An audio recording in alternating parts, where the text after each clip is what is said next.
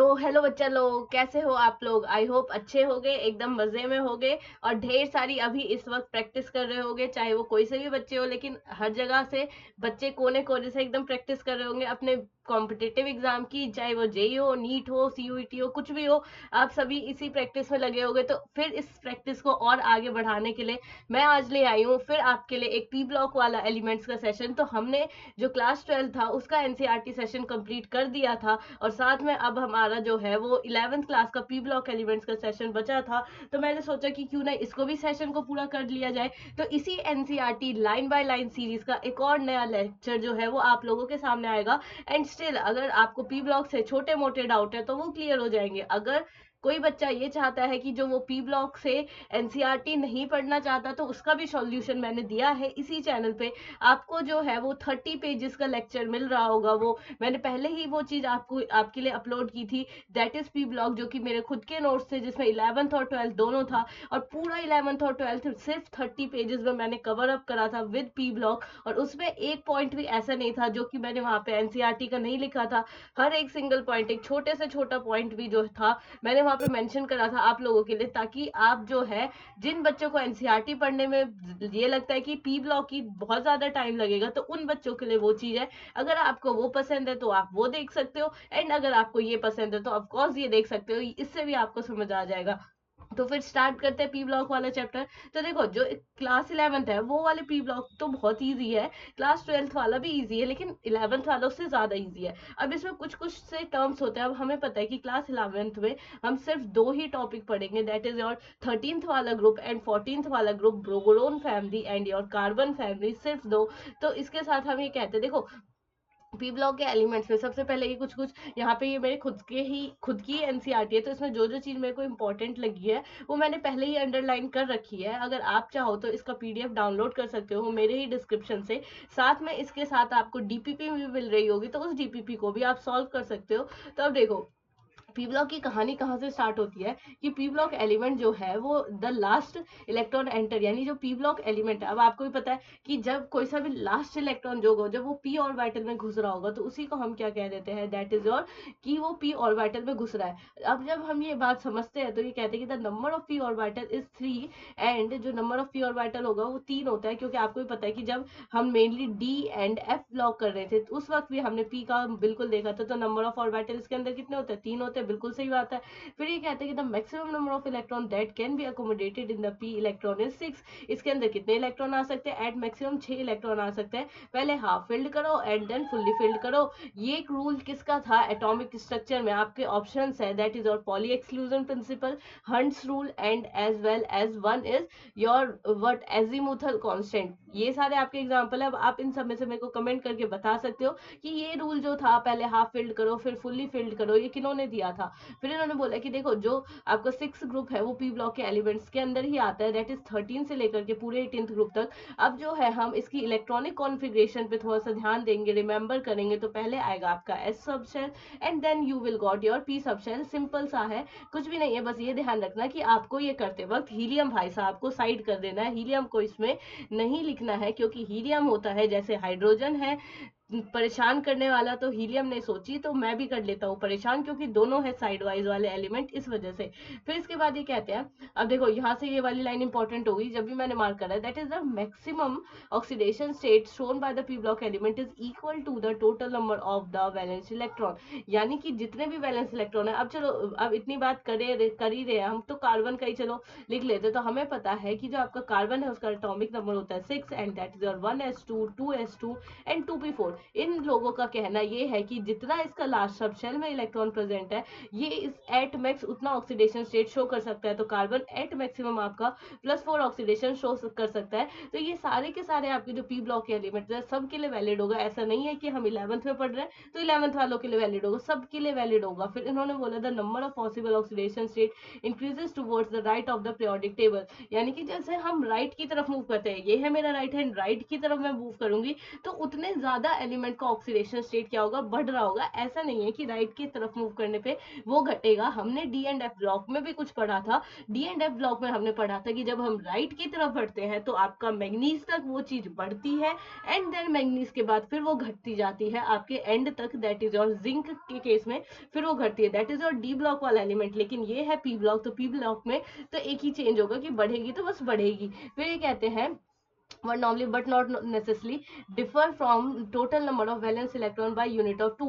और ये कहते हैं, ये यूनिट ऑफ 2 का मतलब क्या है कि जैसे आपने कहा कि सी जो है वो आपको +4 at maximum oxidation state show कर सकता है, तो अगर इसी +4 में से मैं -2 कर दो and you will get your +2 वाला आंसर। तो ये वही कहते हैं कि अगर आपने एक, चलो आपने मैक्सिमम ऑक्सीडेशन स्टेट तो मेरे को बता दी कि सब में होगी, लेकिन अगर उसी मैक्सिमम ऑक्सीडेशन में से जब आप 2 को माइनस करोगे फिर जो आपको आंसर होगा तो वो वाला भी आपका ऑक्सीडेशन स्टेट क्या कर रहा होगा, शो कर रहा होगा। फिर इन्होंने बोला इंपॉर्टेंट ऑक्सीडेशन स्टेट जो होता है वो पी ब्लॉक एलिमेंट दिखा रहा होता है, जो कि हमें टेबल में दे रखा है। In this boron carbon nitrogen families the group of oxidation state is the most stable state.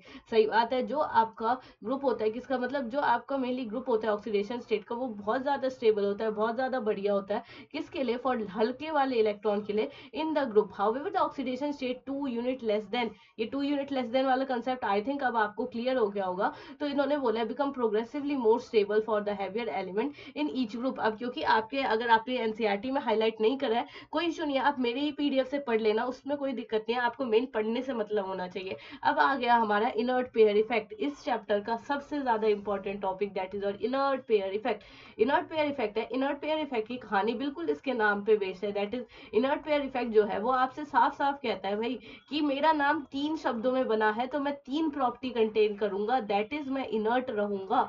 Inert रहने के साथ मैं कुछ ही एलिमेंट पे वैलिड होऊंगा अपने फॉर्मूले के साथ, कुछ पेयर के साथ वैलिड होऊंगा, कुछ पेयर के साथ वैलिड नहीं होगा। और इफेक्ट इज दैट की इन सब मतलब जो भी आपका इनर्ट वाला नेचर है या फिर पेयर वाला नेचर है वो करूंगा। तो अभी देखो, अभी हमने किसकी बात की थी, बोरोन फैमिली की बात की थी एंड कार्बन फैमिली की बात की थी। तो आपको पता है बोरोन का अगर सीक्वेंस में फॉलो करो, boron aluminium gallium indium thallium and indium, boron aluminium gallium indium thallium, और इधर क्या आ जाएगा आपका, that is carbon.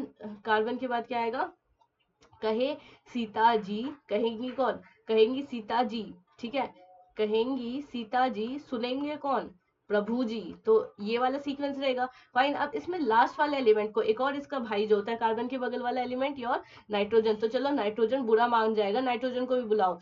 Nitrogen, nitrogen phosphorus arsenic antimony and bismuth. I think ये वाले सारे के सारे आपके होंगे, मतलब सीक्वेंस में पूरे ग्रुप में, that is your 13th group, that is your 14th group and one and only 15th group. इन सारे ग्रुप के लास्ट वाले एलिमेंट को पकड़ लो। और जब मैं कहती हूँ कि जब मैं डाउन द ग्रुप जा रही हूँ तो आपका मिनिमम ऑक्सीडेशन स्टेट वाली चीज ज्यादा स्टेबल होगी।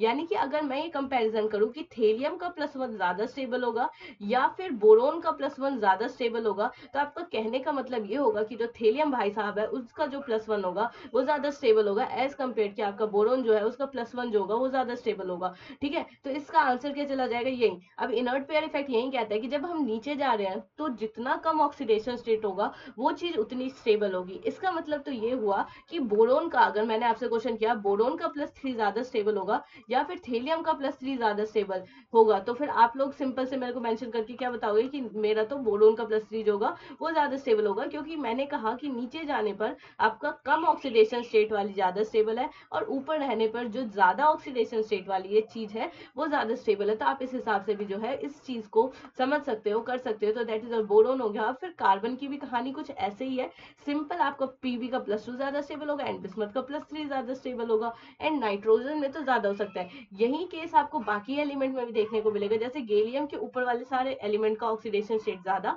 इसके नीचे वाले का कम होगा, फिर अगले वाले में से जर्मेनियम के साथ, ऐसे ही आर्गन के साथ। तो इनर्ट पेयर इफेक्ट में आपने देखा कि ये कहीं ना कहीं क्या नेचर शो कर रहा है, ये इनर्ट होने का नेचर शो कर रहा है। अब ये डिफाइन क्या कहता है, the occurrence of oxidation state 2 unit less than the group oxidation state are sometime attributed to inert pair effect. ये भी यही समझाने की कोशिश कर रहा है अपने शब्दों में, लेकिन हमें एनसीईआरटी समझ नहीं आती, कोई इशू नहीं है, आप मेरा वाला करो तो याद आ जाएगी। अब ये देखो आपका है n = सेकंड पीरियड के सारे एलिमेंट है, दैट इज बोरोन की मतलब बोरोन है, फिर कार्बन भाई साहब है, नाइट्रोजन, ऑक्सीजन एंड फ्लोरीन है।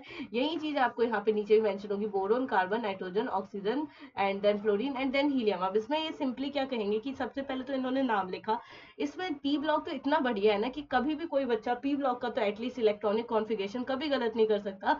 ये है ही इतना सिंपल, है ही इतना यूनिक, लेकिन डी एंड एफ ब्लॉक की कर सकता है। तो उसके लिए भी मैंने डी एंड एफ ब्लॉक का आपको दे रखा है सेशन, उसमें जाकर के देखो कि किस तरीके से हम एफ ब्लॉक को जज करेंगे, किस तरीके से आपके डी ब्लॉक को जज करेंगे। फिर मैं कहती हूँ कि find the member of the group. अब मेंबर कौन कौन से थे उनका नाम लिख दो, फिर ग्रुप ऑक्सीडेशन भी स्टेट निकालो। ध्यान रखना मैंने क्या कहा था, लास्ट वैलेंस इलेक्ट्रॉन में जितनी भी चीजें प्रेजेंट है वही इसका ऑक्सीडेशन स्टेट है। इसमें लास्ट में 3 इलेक्ट्रॉन होंगे, मैंने 3 लिखा, इसमें 4 होंगे, इसमें 4 लिखा, देन इसमें 5 होंगे तो नेक्स्ट वाले में 5 लिखा। सिमिलरली आपको जितना oxidation state last valence electron में पाया जाएगा उतना ही आपका होने वाला है, उससे ज्यादा या कम नहीं होने वाला है। फिर इसके बाद में बात करती हूँ that is oxidation state. Other oxidation state कहता है कि अब इस जो भी आपका ऊपर वाला ऑक्सीडेशन स्टेट आया उसमें से -2 कर दो। जब +3 में से मैं -2 करूंगी then you will get your +1, +1 में से मैं -2 कर रही होंगी then you will get your +2 and as well as ये +4 जो होता है ये ऑक्सीडेशन स्टेट भी शो करता है। इसकी मर्जी भाई और भी ऑक्सीडेशन स्टेट जो है वो शो कर सकता है। ऐसे आपका +5 जो है वो +3 और -3 नाम का ऑक्सीडेशन स्टेट जो है वो शो करता है। मतलब इसी तरीके से आपको जो भी सीक्वेंस है आपको क्या करते जाना है, फॉलो करते जाना है, करते जाना है और करते जाना है। फिर उन्होंने बोला इट इज इंटरेस्टिंग। अब इंटरेस्टिंग वाली बात देखो यहाँ पे भी आ गई, कहता है that the non metal and metalloid exist only in P block, यानी कि जो नॉन मेटल है और जो मेटलॉइड जैसी चीजें है वो सिर्फ आपको पी ब्लॉक में देखने को मिलेगी, बाकी में नहीं देखने को मिलेगी। इनका कहना है the non metallic character of element decreases down the group. नीचे जाती हूँ मैं तो नॉन मेटेलिक करेक्टर डिक्रीज हो जाता है, क्योंकि आपको पता है नीचे ग्रुप में मूव करने से हमारा साइज होगा इंक्रीज, और साइज अगर इंक्रीज होता है कहीं भी तो वहां पे क्या चीज इंक्रीज होता है, one and only your metallic character जो होंगे वही इंक्रीज हो गए। इस केस में आपका नॉन मेटेलिक करेक्टर तो डिक्रीज ही होगा। तो एनसीईआरटी इस पॉइंट ऑफ व्यू से तो बिल्कुल सही है। फिर क्या कहती है, in fact the heaviest element in each P block group is most metallic in nature. क्यों होगा भाई, क्यों मेटेलिक होगा ज्यादा से ज्यादा भारी वाला ग्रुप, क्योंकि आपको पता है कि जो जितना ज्यादा भारी है वो उतना ज्यादा नीचे लाई करेगा, और जितना ज्यादा नीचे लाई करेगा उसका साइज उतना बड़ा होगा, जितना साइज बड़ा होगा उसका मेटेलिक करेक्टर उतना ज्यादा होगा। इस वजह से फिर उन्होंने बोला आप थोड़ा सा नॉन मेटल की भी बात कर लेते हैं। In general non metal have higher ionisation enthalpy and higher electronegativity than the metal. देखो आयोनाइजेशन एंथैल्पी क्या होती है, इलेक्ट्रोनेगेटिविटी क्या होती है, ये मैं आपको 6-7 लेक्चर से बहुत अच्छे से सिखा रही हूँ, लेकिन स्टिल जो बच्चे नए आए हैं वो तो यहाँ से सीख के जाएंगे ना। तो देखो अब देखो ये वाला जो इलेक्ट्रॉन है, अब हमारे पास ये जो सब शेल्स है यहाँ पे, क्योंकि छोटा सा ही डायग्राम पॉसिबल होगा तो हम छोटे छोटे से ही समझ लेंगे, बट ये है कि समझ आ जाएगा। देखो हमारे पास ये न्यूक्लियस भाई साहब, न्यूक्लियस के अराउंड आपके इलेक्ट्रॉन जो है वो मस्त घूम रहे थे। फिर मेरा मन करा कि इस न्यूक्लियर की तिगड़म जो है उसको मैं तोड़ देती हूँ। अब इसकी तिगड़म मैं तोड़ूंगी तो ये इलेक्ट्रॉन निकलेगा बाहर की तरफ। निकला इलेक्ट्रॉन एकदम फुल स्पीड में, इलेक्ट्रॉन जैसे ही बाहर निकला, इसको निकालने के लिए क्या लगता है आपको कि ये एकदम जैसे मैंने कहा कि निकलो इलेक्ट्रॉन, क्या ऐसे ही निकल गया होगा? ऐसा बिल्कुल नहीं है। इसने पहले तो अपना रौब जमाया कि भाई मेरे को एनर्जी दो, नहीं तो मैं नहीं निकलने वाला, दफा हो जाओ, मैं तो नहीं निकलूंगा जब तक तुम मेरे लिए एनर्जी नहीं लाओगे तब तक। तो ये इलेक्ट्रॉन तो अपनी मतलब अपने जिद पे अड़ गया कि नहीं मेरे को एनर्जी चाहिए, अगर तुम एनर्जी दे रहे हो तो मैं निकलने के लिए तैयार हूँ, चाहे थोड़ी एनर्जी दो चाहे ज्यादा एनर्जी दो, तुम्हारे ऊपर डिपेंड करता है, लेकिन पहले एनर्जी दो तब निकल के दिखाऊंगा। तो ये इलेक्ट्रॉन जो होता है, फिर पहले तो हम पहले तो मैंने इसे बहुत मनाया कि ऐसे निकल जा, लेकिन इलेक्ट्रॉन नहीं माना। फिर मेरे को किसी ना किसी तरीके से इसको कुछ एनर्जी देनी पड़ी, तब ये इलेक्ट्रॉन जो है वो बाहर निकला। तो जो एनर्जी मैंने इसको दी इसको बाहर निकालने के लिए, that is called your ionisation enthalpy. इसी को हम क्या कह देते हैं, आयोनाइजेशन एंथैल्पी। फिर ये इलेक्ट्रॉन बाहर आ गया, फिर क्या करा इलेक्ट्रॉन, देखो एक तो एनर्जी भी लेके आ गया बाहर, और बाहर आकर के एकदम मुंह फुला के बैठ गया कि मैं तो अपने बाकी साथियों से दूर हो गया, क्यों लेके आए मेरे को यहाँ पे अकेले। तो इलेक्ट्रॉन यहाँ पे अभी मुंह फुला के बैठा हुआ है। तो अब मैंने सोचा कि अब ये इलेक्ट्रॉन इतना गुस्सा कर रहा है, कौन रखेगा इसको। तो अब इलेक्ट्रॉन को मैंने सोचा कि क्यों ना वैसे फेंक देती हूँ, और ऐसे फेंकूंगी ना कि जितनी एनर्जी से साइड इतनी जोर से फेंकूंगी ना कि इसके सिर पे चोट लग जाए। तो मैंने सोचा फिर इस इलेक्ट्रॉन को, जो इलेक्ट्रॉन बाहर निकला था, फिर मैंने उसको इतनी जोर से धक्का मारा, इतनी जोर से एनर्जी लगाई कि फिर वो अंदर घुस गया। तो अब जब ये इलेक्ट्रॉन जो बाहर था वो जब अंदर घुसता है, इसमें जितनी मेरी एनर्जी लगी, जितनी मैंने उसे धक्का जोर से मारा, that is your electron gain enthalpy, ये है आपका electron gain enthalpy. And I think अब आपका आयोनाइजेशन एंथैल्पी और इलेक्ट्रॉन गेन एंथैल्पी का कंसेप्ट क्लियर हो गया होगा। तो अब इलेक्ट्रोनेगेटिविटी वाले जो भाई साहब थे वो तो एकदम परेशान हो गए कि मेरे लिए तो कोई पूछ ही नहीं रहा है, मेरी क्या कोई इंपॉर्टेंस नहीं है इस दुनिया में, तो आप चलो इलेक्ट्रोनेगेटिविटी को भी पढ़ लेते हैं। तो इलेक्ट्रोनेगेटिविटी जो है वो कहीं ना कहीं इन दोनों कंसेप्ट से बिल्कुल अलग है। उसका कंसेप्ट सिंपल है कि जो आपका इलेक्ट्रॉन है जो सब शेल में प्रेजेंट है, वो वो तो आपको भी पता है कि साइड साइड प्रेजेंट है। दैट इज आपका जो भी इलेक्ट्रॉन है XYZ, जिस तरह का भी इलेक्ट्रॉन है जो कि आपका एकदम फेवरेट इलेक्ट्रॉन है, जो कि हमें यहाँ पे दिख भी रहा है कि मतलब कौन सा इलेक्ट्रॉन है जो आप यहाँ पे देख रहे होगे। तो मैं कहती हूँ जो भी आपका इलेक्ट्रॉन है उसमें जो सेंटर वाला जो है वो जब जितना फोर्स लगाएगा आपकी साइड वाले, यानी जब आपका न्यूक्लियस लास्ट सब शेल के इलेक्ट्रॉन पे जितना फोर्स लगाता है, जिसकी वजह से ये कहीं ना कहीं इसी के अंदर रहे, इसी के अंडर रहे, तो that is your electronegativity. Electronegativity का मतलब ये है कि न्यूक्लियस द्वारा आपके जितने भी शेल के इलेक्ट्रॉन है, शेल में जो भी इलेक्ट्रॉन प्रेजेंट है, चाहे अंदर प्रेजेंट है चाहे बाहर प्रेजेंट है, उसका काम है कि वो फोर्स लगाएगा, और इसी फोर्स को हम कह देते हैं इलेक्ट्रोनेगेटिविटी। अब जो ये ज्यादा फोर्स लगाता है उस वाले एलिमेंट का साइज छोटा हो जाता है, जो ये न्यूक्लियस जो है वो कम फोर्स लगाता है उसका साइज बड़ा हो जाता है। Simple concept. आई थिंक अब आपको ये तीनों टर्म तो एकदम अच्छे से क्लियर हो गए होंगे। अब क्या होता है कि the compound formed in highly reactive non metal with highly reactive metal, यानी कि कंपाउंड फॉर्म हो जाता है जब आपका हाईली रिएक्टिव नॉन मेटल जो है वो कंबाइन कर जाता है आपका हाईली रिएक्टिव मेटल के साथ, generally ionic, because of the large differences in their electronegativity. यानी कि आपको कंपाउंड जरूर फॉर्म हो जाता है, एक है हाई रिएक्टिव वाला, एक है, देखो आपको भी पता है कि अगर मेरे को आयनिक बनाना है तो एक जो है वो आपके छोटे भैया है, एक जो है वो आपके बड़े भैया है, ये दोनों मिल करके आपका बॉन्ड बनाएंगे, और इस तरीके से बॉन्ड बनाएंगे कि कोई बाहर वाला भी आ जाए तो भी इसको तोड़ नहीं सकता है, जब तक मैं पानी नहीं दूंगी इनको पीने के लिए तब तक ये टूटने वाले नहीं है। तो इतनी ज्यादा यूनिटी है, देख लो अब इस आयनिक वाले कंपाउंड में, because there is large differences in their electronegativity. तो ये इतनी ज्यादा भाईचारा, इतना ज्यादा यूनिटी है क्यों? क्योंकि इनका बहुत अच्छा खासा इलेक्ट्रोनेगेटिविटी जो है वो देखने को मिलता है। अब जो दूसरे ही तरफ मैं देखूं, जो कि आपका कंपाउंड यहाँ पे फॉर्म हो रहा है किसके बीच में, that is your non-metal themselves and largely covalent in character because of the small differences in their electronegativity. On the other hand, अब देखो जो भी कंपाउंड, अभी कहते हैं कि जो भी कंपाउंड नॉन मेटल की मैं बात कर रही हूँ, तो ऐसे कंपाउंड जो कि नॉन मेटल है और वो कहीं ना कहीं फॉर्म हो रहे हैं, उनका नेचर जो है वो कैसा है, कोवलेंट। यानी इनका कहने का मतलब है कि जो नॉन मेटल है ना वो इज इक्वल्स टू होने वाले आपके कोवलेंट, और जो कोवलेंट वाले एलिमेंट है वो कहीं ना कहीं क्या होंगे, मतलब उनके अंदर नेगेटिविटी जो होगी वो ज्यादा होगी, इलेक्ट्रोनेगेटिविटी ज्यादा होगी, क्योंकि small, because of the small difference in their electronegativity. यानी कि अब देखो जैसे ये बहुत सारे आपके नॉन मेटल है, तो ये जो पहला वाला नॉन मेटल था इसके कंपैरिजन में थोड़ा मतलब कम डिफरेंस रखेगा, ये वाला जो है वो भी कम डिफरेंस रखेगा। कहने का मतलब ये है कि तीनों एक ही लेवल पे है, ये जो है वो भेदभाव नहीं क्रिएट करेंगे, क्योंकि सारे हैं नॉन मेटल, तो वो क्यों अपने आजू बाजू पड़ोसियों से भेदभाव क्रिएट करे, तो ये इसका मीनिंग चला जाएगा। फिर ये कहते हैं कि the non metal oxides are acidic or neutral. जो नॉन मेटल ऑक्साइड है वो आपका कुछ भी हो सकता है, एसिडिक हो सकता है, न्यूट्रल हो सकता है, लेकिन ये ध्यान रखना कि मेटल जो होगा वो तो बेसिक ही होगा। एक और बात मैं बता दूं, जब मैं बेसिक की बात करती हूँ तो उसका ऑक्सीडेशन स्टेट +1 +2 +3 एट मैक्स, ठीक है। और एसिडिक की बात करती हूँ +6 +7 एंड देन +8, ये सारे जो होंगे वो आपके एसिडिक में होंगे। तो अगर आपको ये कंफ्यूजन हो रही है कि ऐसे कौन से लोग हैं जो कि एसिडिक की कैटेगरी में आएंगे, ऐसे कौन से लोग हैं जो कि बेसिक की कैटेगरी में आएंगे, तो आप इस मेथड को लगाओ, दैट इज ऑक्सीडेशन स्टेट। अब आपको पता लगी, अब आप अपने हिसाब से निकाल लो। फिर अब मैं इसके साथ ही यहाँ पे इस वाले पैराग्राफ में मूव करती हूँ, तो मैं ये देखूंगी all the other properties which depend on size, यानी कि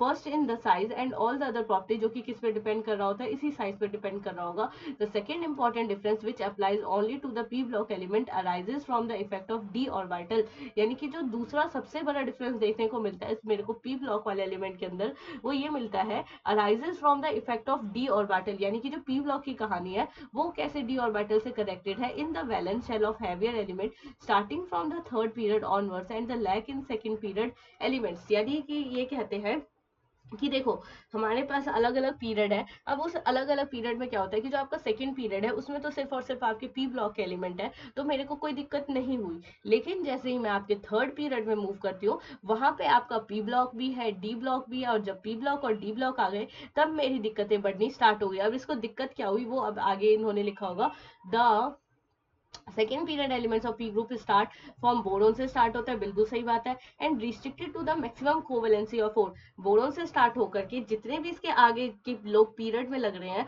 वो सारे के सारे कोवेलेंट इन नेचर होंगे। कोवेलेंट का मतलब होता है कि सबके अंदर टेंडेंसी होगी कि वो +4 का ऑक्सीडेशन स्टेट शो कर सकते हैं। इन कॉन्ट्रास्ट अब देखो थर्ड पीरियड में क्या दिक्कत हुई, element of p group with the electronic configuration like this have the vacant 3d orbital. इनका क्या होगा, खाली होगा 3d orbital lying between the 3p and the 4s level of the energy. Using these d orbital the third period element can expand their covalency above the 4। अब देखो ये कहता है, क्योंकि अब मैंने आपको क्या बोला कि थर्ड पीरियड में मेरे को आने से, थर्ड पीरियड में घुसने से तो मेरे को एक बेनिफिट मिला कि यहाँ पे पी भी है, यहाँ पे डी भी है, तो किसी किसी केस में पी भी आ रहा होगा और डी भी आ रहा होगा, क्योंकि अब मेरे पास ज्यादा नंबर ऑफ सबशेल बचे हुए हैं फिल होने के लिए। तो इस केस में फिर मैं क्या चीज फॉलो करूंगी, इस केस में मेरे पास नंबर ऑफ सबशेल क्या हो गए, बढ़ गए, तो मैं अब ज्यादा से ज्यादा उसमें क्या फिल कर सकती हूँ, आपका इलेक्ट्रॉन फिल कर सकती हूँ। तो आपकी कोवेलेंसी पिछले सेकंड वाले पीरियड में आपकी कोवेलेंसी तक मतलब +4 तक ही सब ऑक्सीडेशन स्टेट शो करते थे, लेकिन अब जो है वो कहीं ना कहीं अब कौन शो कर रहा होगा, अब सिंपल सी बात है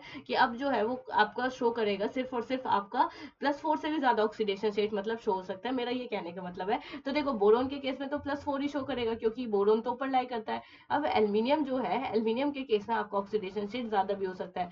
presence of these D orbital influences the chemistry of heavier element in number of other ways. यानी कि डी ऑर्बिटल के आने से हम अलग अलग ऑक्सीडेशन स्टेट शो करने में कैपेबल हुए, तो ये हम बहुत बड़ा थैंक यू दे रहे हैं। ये एनसीईआरटी की लाइन जो है वो बहुत बड़ा थैंक यू दे रही है डी ऑर्बिटल की को, कि आपने हमारा बहुत हेल्प करा, बहुत मदद किया, तो इस थैंक यू को रखो और ऐसे ही मदद करते रहना। ये कह रहा है एनसीईआरटी की line. The first members of the group differ from the heavier members in the ability to form p pi multiple bonds itself. यानी कि जो मेंबर पहला मेंबर होता है किसी भी ग्रुप का, उसके अंदर ये भी टेंडेंसी, यानी देखो कार्बन कार्बन सेम भाई साहब है और सेकंड पीरियड की एलिमेंट है, तो सेकंड पीरियड के एलिमेंट जो ऊपर जो लाई करते हैं, क्योंकि उनका साइज देखो छोटा होता है। अब छोटे साइज में मेरे को क्या क्या चीजें मतलब देखने को मिलेगी वो पहले समझते हैं। कि मान लो है मेरा साइज है एकदम छोटू सा, ठीक है, छोटे के अंदर क्या होगी, ओवरलैपिंग अच्छी होगी। ओवरलैपिंग अच्छी मतलब ये अलग अलग बॉन्ड अगर फॉर्म भी करता है तो ऐसा नहीं है कि इसका बॉन्ड जो होगा वो वीक होगा, एकदम स्ट्रांग वाला होगा। क्यों होगा, इसका साइज छोटा है, सबसे पहला पॉइंट। दूसरा पॉइंट, दोनों एलिमेंट छोटे हैं, दोनों एलिमेंट सेम है, तो दोनों की कोवेलेंसी भी क्या होगी, आसानी से निकल जाएगी, तो इन दोनों का जो कोवेलेंट नेचर होगा वो भी बढ़िया होगा। ये हो गया आपका सेकेंड पॉइंट। तीसरा पॉइंट क्या हो जाता है कि इनका साइज छोटा है, छोटा है तो जब ये ओवरलैपिंग कर रहे होते हैं तो अगर मान लो इसका इलेक्ट्रॉन जो है वो अगर बाकी अपने सब शेल के इलेक्ट्रॉन को धक्का मार रहा है, तो जब इस इलेक्ट्रॉन ने देखा कि सामने वाले से ओवरलैपिंग करने की कोशिश कर रहा है, तो ये आपस में लड़ाई बंद करके ये वाला इलेक्ट्रॉन जो है वो आपस में सोचेगा कि चलो भाई बॉन्ड बनाते हैं, हमें तो बॉन्ड का शौक है, बॉन्डिंग मतलब बना लेते हैं, बेशक से हम लड़ाई ना करें। तो अब जो होंगे वो सारे के सारे एलिमेंट जो होंगे वो बॉन्ड में लग जाएंगे, और जैसे ही होगी बॉन्डिंग वैसे ही वो चीज जो होगी वो उतनी ज्यादा क्या होने वाली है, स्टेबल होने वाली है। ये है कंसेप्ट, ये है सिंपल कंसेप्ट जो कि आपको समझना था। यही चीजें लिखते हैं। देखो एनसीईआरटी की लाइन रहती 2 लाइन की है, लेकिन उस 2 लाइन में वो कितना कुछ कह जाती है ये तो सिर्फ एनसीईआरटी ही जानता है। फिर उन्होंने बोला कि अब देखो ये ऐसा नहीं है कि सेकंड रो के एलिमेंट सिर्फ खुद के साथ ही बॉन्ड बनाते हैं, ये तो दूसरे के साथ भी बॉन्ड बना सकते हैं, क्योंकि सबकी टेंडेंसी है आपके +4 नाम के ऑक्सीडेशन स्टेट को शो करने की। The type of pi bonding और particular strong for heavier block element, the heavier element form bonds but that involve the d orbital d pi p pi, as the d orbital are the higher energy than the p orbital। अगर मैं देखूं तो d orbital की energy ज्यादा होती है as compared to आपके p orbital की, they contribute less in overall stability of the molecule। यानी कि अब देखो जो आपका d orbital है वो ज्यादा मतलब ज्यादा एनर्जी कंटेन करेगा आपके p ब्लॉक के कंपैरिजन में, और जो आपका d orbital है वो कहीं ना कहीं ओवरऑल स्टेबिलिटी भी कम शो करता है then does p pi p pi। अब देखो यहाँ से लाइन ये मिट रही है कि d pi p pi bonding of the second row of the element. देखो क्योंकि सेकंड रो बोला है तो यहाँ पे 110% आपका p pi p pi होगा, कि मतलब वहां पे मतलब सेकंड रो जो होगा वो तो कहीं ना कहीं p pi की वजह से स्टेबल होता है। तो इसमें तो इसकी स्टेबिलिटी के अंदर आपके d वाले पाई का कोई रोल नहीं है, तो ये लोग जो है वो यही कहते हैं। फिर इन्होंने बोला कि coordination number of the species heavier elements में be higher than that of the first element in the same oxidation state, that is +5 oxidation state. यानी कि अब आ गया देखो +5 ऑक्सीडेशन स्टेट में भी जो आपका NO3 नेगेटिव है है वो स्टेबल होगा। और देखो PO4 3 नेगेटिव जो है वो भी कहीं ना कहीं स्टेबल होगा। Nitrogen form oxo ion as this way 3 coordination pi bond involving 1 nitrogen p orbital PO4 3 negative 4 coordination bond involving SPDF। अब ये कह रहे हैं कि जो आपका ये स्ट्रक्चर होगा, जैसे NO3 नेगेटिव का स्ट्रक्चर बनाऊं ना मैं, तो इसमें मेरे को क्या नजर आएगा, दैट इज अगर मान लो NO3 का यहाँ पे चलो एक छोटा सा स्ट्रक्चर बनाने की कोशिश कर ही लेते हैं। तो यहाँ पे है आपका ये, अब 1 2 3 4 एक और ऑक्सीजन बना रहा है, ये चीज है, ठीक है। दैट इज और NO3 नेगेटिव, ये 3 कोऑर्डिनेशन बॉन्ड जो है वो कहीं ना कहीं फॉर्म कर रहा है, बिल्कुल सही बात है। तो इसमें ये कहता है कि जो आपका नाइट मतलब जो ओवरलैपिंग होगी वो किसके बीच में होने वाली है, इसका ऑक्सीजन का भी पी सब शेल होगा, नाइट्रोजन का भी पी सब शेल होगा। इस नाइट्रोजन का पी सब शेल तो नीचे वाले ऑक्सीजन का भी कौन सा होने वाला है, पी सब शेल हो सकता है। आप इस तरीके से भी समझ सकते हो। फिर अगला है दैट इज ग्रुप 13 एलिमेंट्स। अब ग्रुप 13 एलिमेंट्स के अंदर अब हम मेनली पढ़ेंगे दैट इज और बोरोन जो है वो किस तरीके से काम करेगा, किस तरीके से काम नहीं करेगा। तो ग्रुप 13 एलिमेंट्स के अंदर अब आ जाती है आपकी बोरोन फैमिली। बोरोन फैमिली कैसे समझना है, boron is a typical non metal, सही बात है।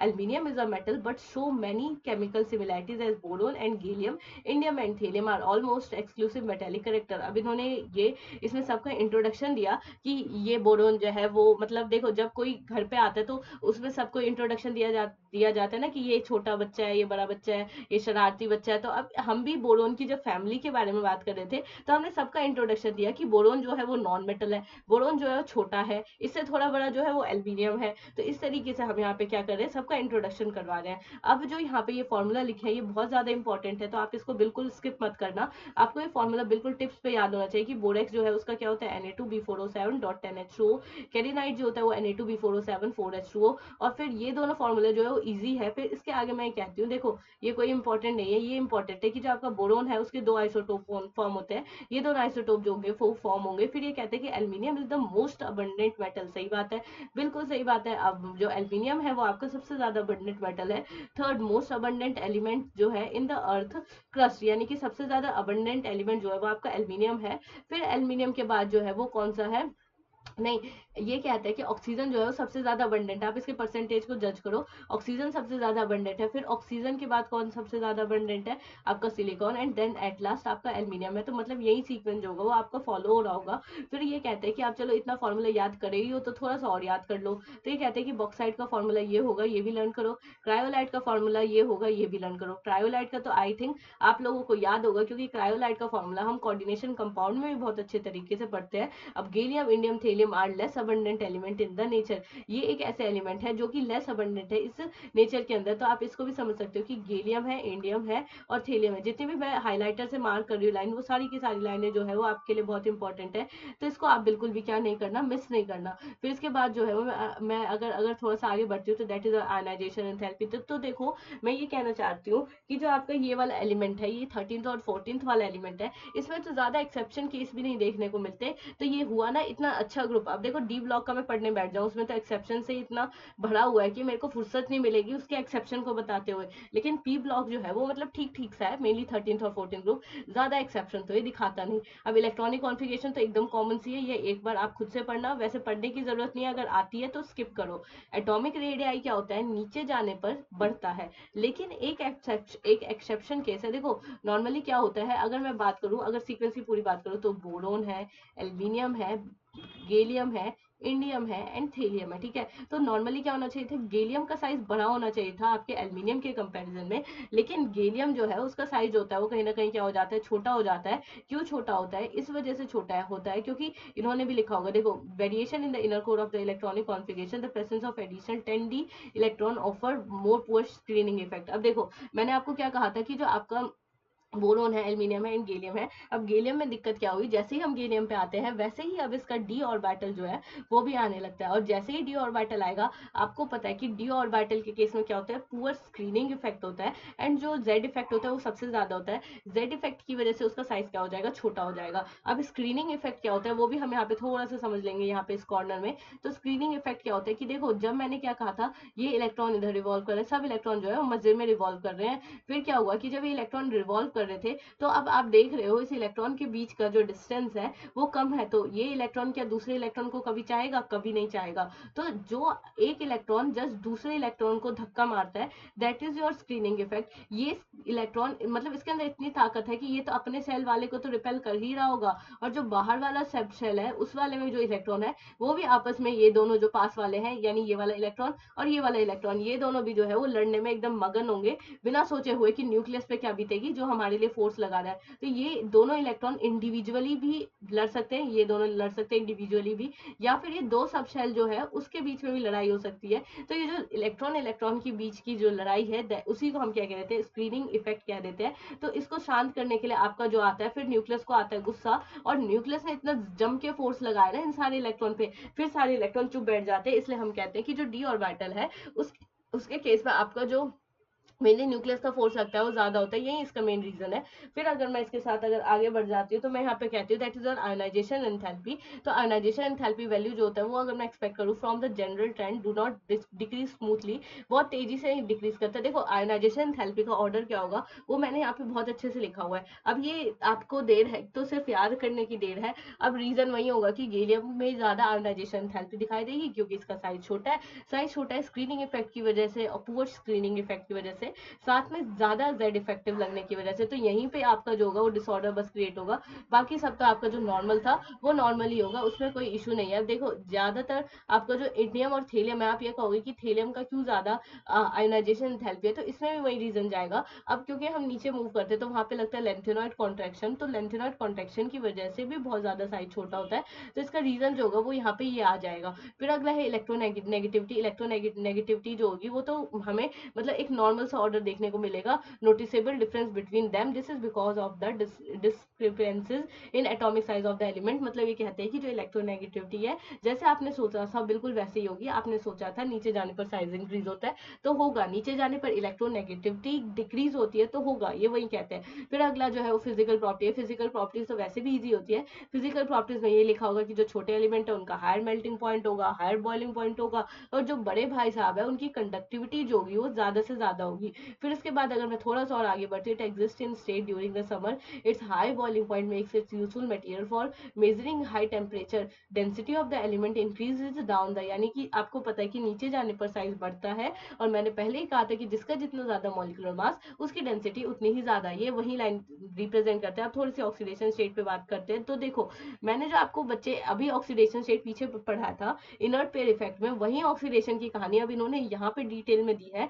कहानी बिल्कुल सेम है कि जो ऊपर वाला एलिमेंट है वो ज्यादा ऑक्सीडेशन स्टेट वाला स्टेबल होगा, और जो नीचे वाला एलिमेंट है वो कम ऑक्सीडेशन स्टेट वाला होगा। और ऐसा होता क्यों है? That is all inert pair effect. ठीक है, तो ये यही चीज अब इन्होंने भी पूरी लाइन में डिस्क्राइब करा होगा, 4 पेज पे भर भर के करा होगा, लेकिन लाइन वही सिंपल है। इनर्ट पेयर इफेक्ट को अगर आप थोड़ा सा रिमेंबर रखोगे कि हाँ लगता है 3 एलिमेंट में लगता है, 3 उसका नाम है 3 एलिमेंट में लगता है, तो आई थिंक आपको ये क्लियर हो जाएगा। अब थोड़ा सा हम फटाफट से इसका थोड़ा सा ये देख लेते हैं। तो एटॉमिक नंबर हमने सबका लिखा 5, 13 एंड सो ऑन, जितने भी थे। एटॉमिक मास हमने लिखा, वेरी गुड, ठीक है।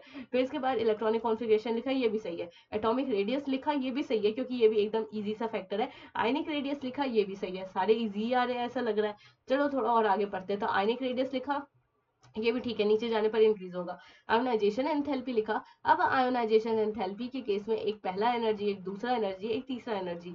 जब मैंने आपके लास्ट सब शेल, अब चलो एक का इलेक्ट्रॉनिक कॉन्फ़िगरेशन ले लेते हैं और पकड़ते हैं उसको, और फिर रिएक्शन शो करके दिखाते हैं। दैट इज 2s2 है एंड 2p इलेक्ट्रॉन है। तो ये जो 2p1 इलेक्ट्रॉन है इसको बाहर निकालने में मेरे को जितनी एनर्जी लगेगी, जैसे एक इलेक्ट्रॉन निकाल रही हूँ तो वो इसका 1 होगा, फिर दूसरी बज्जी में मैं s वाले सब शेल से निकालूंगी तो इसका जो आयोनाइजेशन एंथैल्पी 2 होगा, फिर तीसरी बज्जी में जो आपका S1 का 1 बचा होगा उसको निकालूंगी। तो इन्होंने तीनों के केस में इसको मतलब रिप्रेजेंट करा है, तो आप इस हिसाब से तो वैल्यू एक परफेक्ट नहीं बोल सकते, लेकिन हाँ आप जो आयोनाइजेशन एंथैल्पी का एक पर्टिकुलर रो है उसमें आप आसानी से बोल सकते हो। फिर इन्होंने बोला कि इलेक्ट्रोनेगेटिविटी का क्या ऑर्डर होता है, तो इलेक्ट्रोनेगेटिविटी जो होती है वो बोरोन की ज्यादा होगी और बाकी सबकी जैसी होनी चाहिए बिल्कुल वैसे ही होगी। अब बोरोन भाई साहब जो है उनकी क्यों ज्यादा होगी, क्योंकि आपको पता है कि बोरोन का साइज छोटा होता है, और मैंने पहले ही आपको कहा था कि न्यूक्लियस के द्वारा द्वारा इलेक्ट्रॉन पे जितना फोर्स लगता है उसी को हम क्या कह देते हैं, इलेक्ट्रोनेगेटिविटी। तो इसलिए ये जो फोर्स होगा वो ज्यादा से ज्यादा क्या होने वाला है, स्ट्रांग होने वाला है। फिर डेंसिटी है, फिर मेल्टिंग पॉइंट है। मेल्टिंग पॉइंट क्या होगा, यूजुअली डिक्रीज होता हुआ मेरे को तो नजर आ रहा है कि अगर मैं इधर से इधर मूव करती हूँ तो ये चीज डिक्रीज हो रही है। और बॉइलिंग पॉइंट जो है, बॉइलिंग पॉइंट जो है वो भी आई थिंक जो है वो डिक्रीज होता ही नजर आ रहा है। फिर इसके साथ जो आपका M3 पॉजिटिव से M है, M पॉजिटिव से N है, तो ये आप कैलकुलेट करना, कैलकुलेट के हिसाब से निकल जाएगा। और नहीं भी निकलेगा तो आप सिंपल से कंसेप्ट रखना कि अगर आप किसी को +3 से 0 ऑक्सीडेशन स्टेट पे भेज रहे हो, किसी भी का भी इलेक्ट्रॉनिक कॉन्फ़िगरेशन लिखो एंड देन ऑब्जर्व करो, तो आप वो खुद ही देख रहे होगे कि अगर वो स्टेबल है, अगर वो बहुत ज्यादा स्टेबल है, तो उस केस में जो मतलब वो चीज होगी वो जाना चाहेगी। और जब जाना चाहेगी तो उसके आगे क्या लग रहा होगा, माइनस लग रहा होगा। लेकिन जो ऐसा एलिमेंट जो +3 से 0 पे जाने में बिल्कुल भी स्टेबल नहीं है, तो फिर वो जो होगा वो प्लस वाला वैल्यू भी दे सकता है। तो प्लस के केस में क्या होता है, वो नहीं जाना चाहता। माइनस के केस में वो कहता है कि नहीं मैं तो जाना चाहता हूँ। ये वही वाले दो स्टेटमेंट यहाँ पे मेंशन है। अब जो है वो हम थोड़ी सी और कहानी बढ़ाते हैं अपने बोरोन की। तो बोरोन जो है वो बहुत शातिर है, बहुत ज्यादा शातिर है। अगर मैं बोरोन से कहूँ कि पहले कि तू कितने बॉन्ड बनाएगा बोरोन, तो बोरोन कहता है कि मैं 3 बॉन्ड बनाऊंगा, 3 से ज्यादा एक भी नहीं बना सकता। जैसे हम कहते हैं कि हम पूरी खाते हैं तो कहते हैं ना कि एक पूरी खाऊंगा, एक पूरी से ज्यादा तो खा ही नहीं सकता, मतलब एक इन द सेंस नहीं, 3 पूरी खाऊंगा, 3 पूरी से ज्यादा नहीं खा सकता। सिमिलरली बोरोन जो कहता है कि मैं तो बस 3 ही क्लोरीन लूंगा, उससे ज्यादा तो चौथे क्लोरीन की तरफ मेरी नजर बिल्कुल नहीं होगी।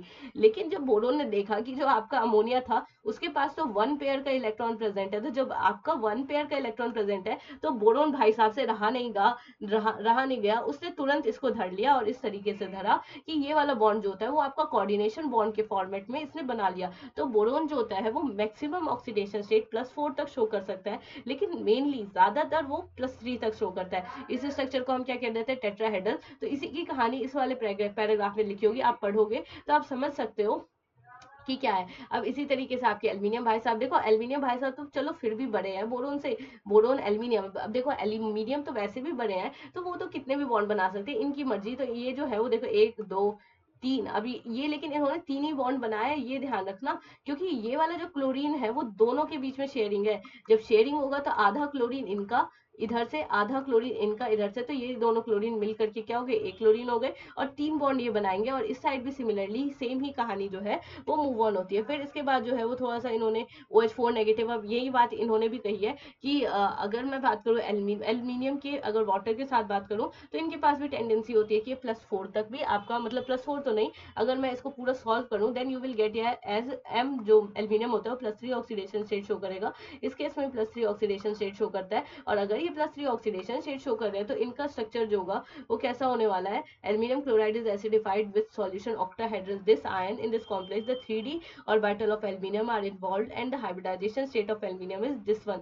यानी कि हाइब्रिडाइजेशन स्टेट तो चलो बच्चे ये समझ आती है कि इतनी होगी इसके अंदर, लेकिन ये कहते हैं कि ये ऑल ओवर स्ट्रक्चर जो होगा वो ऑक्टाहेड्रल होगा। लेकिन जब मैं एक पर्टिकुलर एल्यूमिनियम की बात करती हूँ तब वो स्ट्रक्चर क्या होगा, टेट्राहेड्रल होगा। तो ये ध्यान रखना कि जब एक एल्यूमिनियम की बात कर रही हूँ तो वो टेट्राहेड्रल है, ऑल ओवर की बात कर रही हूँ तो टोटल 6 बॉन्डिंग हुई ना। देखो इस एल्यूमिनियम के पास कितनी बॉन्डिंग है, 3 बॉन्डिंग, इसके पास कितनी बॉन्डिंग है, 3 बॉन्डिंग। तो 3 3 बॉन्डिंग करके कितना हो जाएगा, 6 हो जाएगा। तो इसलिए ये, फिर इस लाइन को भी समझाते हैं। ये एनसीईआरटी के क्वेश्चन का अगर आपको ये लग रहा है कि आएंगे तो कर लेना, वैसे तो क्वेश्चन आए नहीं है कभी एनसीईआरटी के ये कॉम्पिटेटिव एग्जाम में, मेनली इस वाले चैप्टर से। तो reactivity towards the air simple है रिएक्टिविटी की, ई को अगर ऑक्सीजन के साथ रिएक्ट करोगे तो वो E2O3 बनाएगा, ठीक है, क्योंकि यहाँ पे भी 3 है। अब देखो ई जो है वो इसका 2 ले लेगा और जो ऑक्सीजन का 3 है वो खुद ही रख लेगा। और जो EN2 है वो कैसे बॉन्ड बनाएगा, तो आप समझ सकते हो कि आपके 2 E के मॉलिक्यूल थे, इधर भी N2 है, तो ये दोनों 2 2 से कैंसिल आउट हो जाएंगे। और एट लास्ट जो होगा 2 EN का जो मॉलिक्यूल होता है वो कहीं ना कहीं ये बना रहा होगा। फिर इसके साथ अगर मैं मतलब आगे बढ़ रही होती हूँ तो मैं यहाँ पे क्या समझूंगी, that is your boron trioxide is acidic and reacts with basic metallic oxide. यानी कि जो आपका बोरोन ट्राइऑक्साइड है वो है एसिडिक, ठीक है, ऐसा नहीं है कि वो बेसिक है, नहीं, boron trioxide is your acidic and react with basic metallic oxide जो कि इन्होंने मेंशन करा है, forming the metal borate aluminium and gallium oxide are amphoteric. यानी एल्यूमिनियम और गैलियम ऑक्साइड जो है वो उनका नेचर कैसा होता है, एम्फोटेरिक नेचर का होता है। And those of indium and thallium, यानी इंडियम और थेलियम का कैसे नेचर का होगा, बेसिक नेचर का होगा। फिर इसके साथ मैं जब आगे मूव करती हूँ तो देखूंगी reactivity towards acid and alkali. यानी कि जब एल्यूमिनियम जो है वो किसी भी एसिड के साथ रिएक्ट करता है, तो ये एसिड है, जब एसिड के साथ रिएक्ट करेगा तो ये अभी 0 ऑक्सीडेशन स्टेट में था, अब ये +3 में चला गया। और क्लोरीन जो है वो कहीं ना कहीं क्या हो गया, डिक्रीज हो गया। इससे ये पता चलता है कि जो एल्यूमिनियम का नेचर है वो ऐसा है कि खुद का ऑक्सीडेशन करेगा लेकिन दूसरे का क्या कर रहा होगा, रिडक्शन कर रहा होगा। आप इस हिसाब से ही समझ सकते हैं। जब तक के लिए आप इस पैराग्राफ को पढ़ो, मैं बस 2 मिनट में आती हूँ और 2 मिनट का ब्रेक लेके फिर आपको आगे समझाती हूँ, सिर्फ 2 मिनट।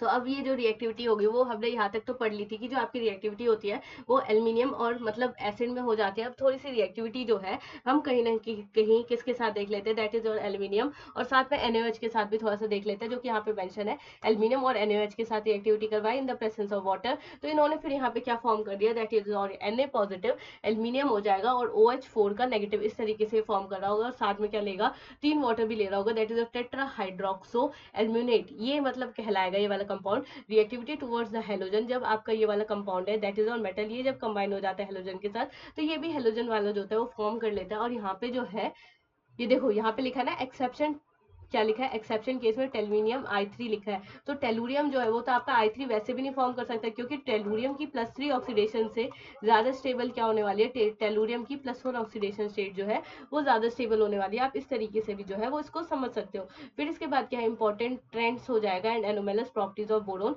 इंपॉर्टेंट ट्रेंड्स और एनोमेलस प्रॉपर्टी क्या है बोरोन की, कि जो बोरोन है वो कहीं ना कहीं ट्राइक्लोराइड नेचर होगा, ब्रोमाइड होगा, आयोडाइड होगा, और बाकी के जितने भी एलिमेंट्स हैं वो आसानी से फॉर्म कर लेगा। फिर इसके बाद being covalent in nature are hydrolysed in water, यानी कि ये कोवेलेंट होने की वजह से ये आसानी से क्या हो जाता है, हाइड्रोलाइज हो जाता है, किसके केस में, पानी के केस में। फिर हम बोला species like tetrahedral MOH4 negative and octahedral M water 6 हो जाएगा और बाहर की तरफ 2 पॉजिटिव हो जाएगा, accept in boron exist in aqueous medium. ये मतलब आपको ये नॉर्मली ये थोड़ा सा बोरोन के नेचर का इंट्रोडक्शन करवा रहे हैं कि बोरोन जो है वो OH4 नेगेटिव के साथ भी बॉन्ड फॉर्म करता है और टेट्राहेड्रल स्ट्रक्चर बनाएगा। बोरोन जो है वो कोवेलेंट नेचर है तो आसानी से वाटर के साथ भी रिएक्ट हो जाता है। ये थोड़े से इसके फीचर्स बता रहा है। और ये वाली रिएक्शन तो हम ऊपर ही पढ़ के आए हैं कि ये रिएक्शन कैसे होती है। सिमिलरली अब जो बोरोन है उसका जो नेचर होगा वो कैसा नेचर का होगा कि that it is your covalent in nature, since d orbital are available with aluminium and other elements. D orbital जो है वो कहीं ना कहीं अवेलेबल है किसके लिए, एल्यूमिनियम और बाकी के एलिमेंट्स के लिए।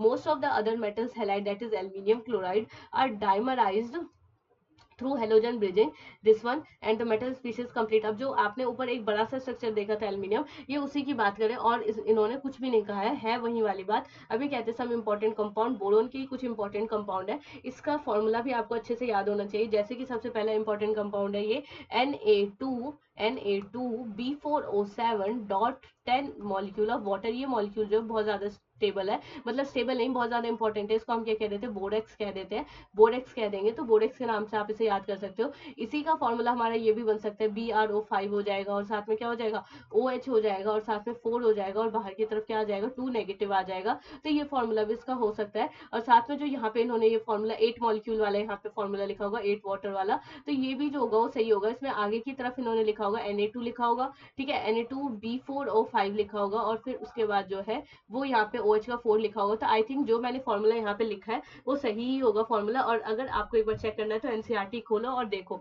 फिर इसके बाद है कि आपका जो Na2B4O7 है वो अगर वाटर के साथ रिएक्ट करता है तो किसका फॉर्मेशन करेगा, आपके NaOH का, और साथ में H3BO3 जो है दैट इज ऑर्थोबोरिक एसिड, इसका भी फॉर्मेशन कर सकता है। फिर अब अगर हम और थोड़ी रिएक्शन को आगे बढ़ाते हैं तो ये आपका जो 10 मॉलिक्यूल ऑफ वाटर है, इसको अगर मैं गर्म करूंगी, इसको गर्म करूंगी तो किसी भी चीज को गर्म करती हूँ तो जितना भी उसका वाटर का मॉलिक्यूल है वो इवेपोरेट हो जाएगा and it will become as your Na2B4O7 बन जाएगा। और फिर Na2B4O7 को भी मेरा मन नहीं माना, मैंने इसको भी गर्म कर दिया। जैसे ही गर्म करा तो फिर क्या फॉर्म होगा, NaBO2 एंड B2O3। ये ध्यान रखो कि जो आपका B2O3 है ये इसको हम कह देते हैं बोरिक एनहाइड्राइड, और जो ये पूरा मॉलिक्यूल है दैट इज और NaBO2 एंड साथ में B2O3, इस पूरे को हम क्या कहते हैं, दैट इज और बोरेक्स बेड।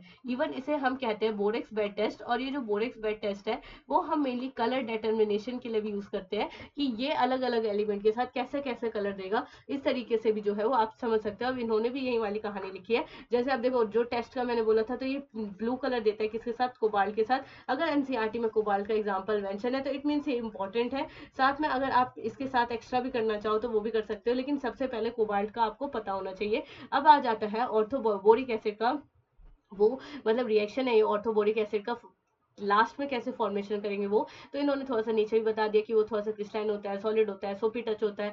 फिर ये देखो रिएक्शन थोड़ी सी अच्छी है, दैट इज और Na2B4O7 जो था उसमें HCl डाला, HCl के साथ पानी भी मिला दिया। पानी मिलाने के बाद जो पॉजिटिव था वो मतलब नेगेटिव के पास जाएगा, और जो नेगेटिव है वो कहीं ना कहीं कहाँ पे जाने वाला है, आपको पॉजिटिव के पास। तो अगर आप देखो यहाँ पे अगर बच्चे ये देखो, क्योंकि जब भी मैं किसी चीज को, किसी भी चीज को, मान लो एक्स चीज है हमारे पास, उस एक्स चीज को अगर मैं वाटर के अंदर डालती हूँ तो जो आपका एक्स का ऑक्सीडेशन स्टेट था ना, वही आपके जो प्रोडक्ट होगा उसका ऑक्सीडेशन स्टेट होगा। यानी जो आपका एक्स है और जो आपका प्रोडक्ट है, इन दोनों का जो ऑक्सीडेशन स्टेट होगा वो कहीं ना कहीं क्या रहने वाला, सेम। अगर ये +3 है तो ये भी +3 रहेगा। तो ये आप अगर कहीं भी आपको वाटर हाइड्रोलाइज का रिएक्शन आ जाए तो वहां पे चेक कर सकते हो कि आपका जो रिएक्टेंट में आपका ऑक्सीडेशन स्टेट दे रखा है वही प्रोडक्ट में होगा, तो वही वाला आंसर जो होगा वो आपके लिए करेक्ट होगा। यहाँ पे भी आप करके देखोगे Na2B4O7 का और साथ में H3BO3 का, तो वो भी चीज होगी वो आपकी सेम ही आ रही होगी। फिर अब हम अगर थोड़ा सा और आगे बढ़ते हैं, it has a layer structure in which the planar is BO3। यानी कि इसका जो होगा वो स्ट्रक्चर जो होता है वो कहीं ना कहीं कैसा होता है, लेयर स्ट्रक्चर होता है। और जिसमें प्लेनर जो मतलब हमें मॉलिक्यूल दिख रहा होता है वो कौन सा दिख रहा होता है, BO3 वाला दिख रहा होगा। And BO3 units are hydrogen bonded as shown in the figure. जैसे कि हमने फिगर में दिखाया है तो BO3 जो है वो कुछ इस तरीके से दिख रहा होता है। अब ये थोड़ी सी कहानी और आगे बढ़ती है और कहती है कि boric acid is a weak monobasic acid. यानी बोरिक एसिड जो है वो आपका क्या है, वीक मोनोबेसिक एसिड है, दैट इज और H3BO3 जो है वो आपका वीक मोनोबेसिक एसिड है। बिल्कुल सही बात है। फिर ये कहते हैं it is protonic acid but act as a Lewis acid. ये है तो प्रोटोनिक एसिड लेकिन एक्ट करता है किसी तरह, लुइस एसिड की तरह। अब प्रोटोनिक एसिड क्या होता है, कैसे होता है, वो सब हम बताते हैं अभी। अब मैं बताती हूँ। तो मैं फाइनली ये कह रही हूँ कि द एक्सेप्टिंग इलेक्ट्रॉन्स हो जाएगा फ्रॉम द हाइड्रोक्सिल ग्रुप। तो आपका H3BO3 है, अगर उसमें मैंने पानी मिला दिया, पानी मिलाने के बाद इसको जैसे ही OH नेगेटिव एक और दिखता है तो बोरोन जो है उसे रहा नहीं जाता, वो चौथे के साथ भी बॉन्ड आसानी से फॉर्म कर लेता है। ठीक है, फिर इसके साथ फिर और आगे रिएक्शन बढ़ते हैं। तो जब हम आगे बढ़ेंगे तो on heating the orthoboric acid, यानी कि जो आपका ऑर्थोबोरिक एसिड था उसको अगर मैं गर्म कर देती हूँ तो फिर वो किसका फॉर्मेशन करते हैं आगे चल के, दैट इज HBO2 बनाएगा। इसको गर्म कर दूंगी तो फिर ये बोरिक एनहाइड्राइड बना रहा होगा। अब देखो मेन था आपको प्रोटोनिक एसिड और जो एक था लुइस एसिड। तो लुइस एसिड आप ऐसे समझ सकते हो कि लुइस एसिड एक ऐसा मॉलिक्यूल है, एसिड का काम क्या होता है, जो तेजी से क्या रिलीज करे, H पॉजिटिव रिलीज करे। तो लुइस एसिड भी कुछ ऐसा ही है, जो तेजी से अपना H पॉजिटिव रिलीज कर रहा है वो एसिड है, जो नहीं रिलीज कर रहा है वो बेस है। तो लुइस एसिड में बस ये होता है कि अगर मैं नॉर्मली जो भी आपका सेंट्रल एटम होता है ना उसके अराउंड में total number of electron count करूँ तो आपके 8 से तो कम ही आएंगे in case of your Lewis acid. और जहाँ पे भी आपको ऐसे 8 से नंबर ऑफ इलेक्ट्रॉन कम कब मिले, जैसे ये 1 हो गया, ये 2 हो गया, फिर ये 3 हो गया, ये 4 हो गया, 5 और ये 6, मतलब इस तरीके का इलेक्ट्रॉन मिले, 8 से कम मिले, तो वो वाला जो केस होगा वो आपका 110% लुईस एसिड का ही केस होगा। इसी को हम क्या कहते हैं, तभी तो कह रही हूँ मैं, H पॉजिटिव रिलीज कर रहा है, that is a protonic acid. अब ये जो स्ट्रक्चर है वो कहीं ना कहीं क्या डॉटेड स्ट्रक्चर है, किसका, जो कि रिप्रेजेंट कर रहा होगा आपके हाइड्रोजन वाले बॉन्ड को। मतलब ये जो पूरा स्ट्रक्चर है वो आपके किसको रिप्रेजेंट कर रहा है, हाइड्रोजन बॉन्ड। और ये बात बिल्कुल सही है, क्योंकि यहाँ पे आप देख रहे होंगे कि जगह जगह पे आपके ऑक्सीजन हाइड्रोजन जुड़े हुए हैं, जगह जगह पे ऑक्सीजन हाइड्रोजन जुड़े हैं, ऑक्सीजन हाइड्रोजन यहाँ पे भी जुड़े हैं, तो मतलब हर जगह जो है वो कहीं ना कहीं ऑक्सीजन हाइड्रोजन है। तो 110% वो फिर बॉन्ड भी कैसा फॉर्म कर रहा होगा, उसी की तरीके का फॉर्म कर रहा होगा। फिर इसके साथ अगर हम आगे बढ़ते हैं, क्योंकि आई थिंक नीचे, अच्छा नीचे भी रिएक्शन है, तो ये रही वो रिएक्शन, दैट इज डाइबोरिन का हमें फॉर्मेशन करना है। अब इसके लिए हमने क्या ले लिया, BF3 ले लिया, इसमें लिथियम एल्यूमिनियम हाइड्राइड डाला। आपको पता है कि जो आपका लिथियम एल्यूमिनियम हाइड्राइड है वो स्ट्रॉन्ग, मतलब बहुत अच्छे से रिडक्शन परफॉर्म करता है। जब ये बहुत अच्छे से रिडक्शन परफॉर्म करेगा तो जो आपका BF3 है वो कन्वर्ट हो जाता है किसके अंदर, B2H6 के अंदर। और जो लिथियम है वो जो, मतलब BF3 ने जो अपना फ्लोरीन छोड़ा उसको ये लिथियम जो है खुशी खुशी ले लेता है और खुश हो जाता है। ये वाला जो मेथड है डाइबोरेन का बनाने वाला, वो हम मेनली अपनी जो लैब होती है उसमें, जो स्कूल वाली लैब होती है उसी के अंदर हम इसको परफॉर्म कर रहे होते हैं। फिर अगर हम यहाँ पे मूव करें तो यहाँ पे बात करते हैं, दैट इज और NaBH4 अगर रिएक्ट करता है किसके साथ, I2 के साथ, तो यहाँ पे किसका फॉर्मेशन कर देता है, डाइबोरेन। साथ में सोडियम आयोडाइड Na जो होगा उसके साथ चला जाएगा, एंड यहाँ पे भी डाइबोरेन बन रहा होगा और साथ में हाइड्रोजन।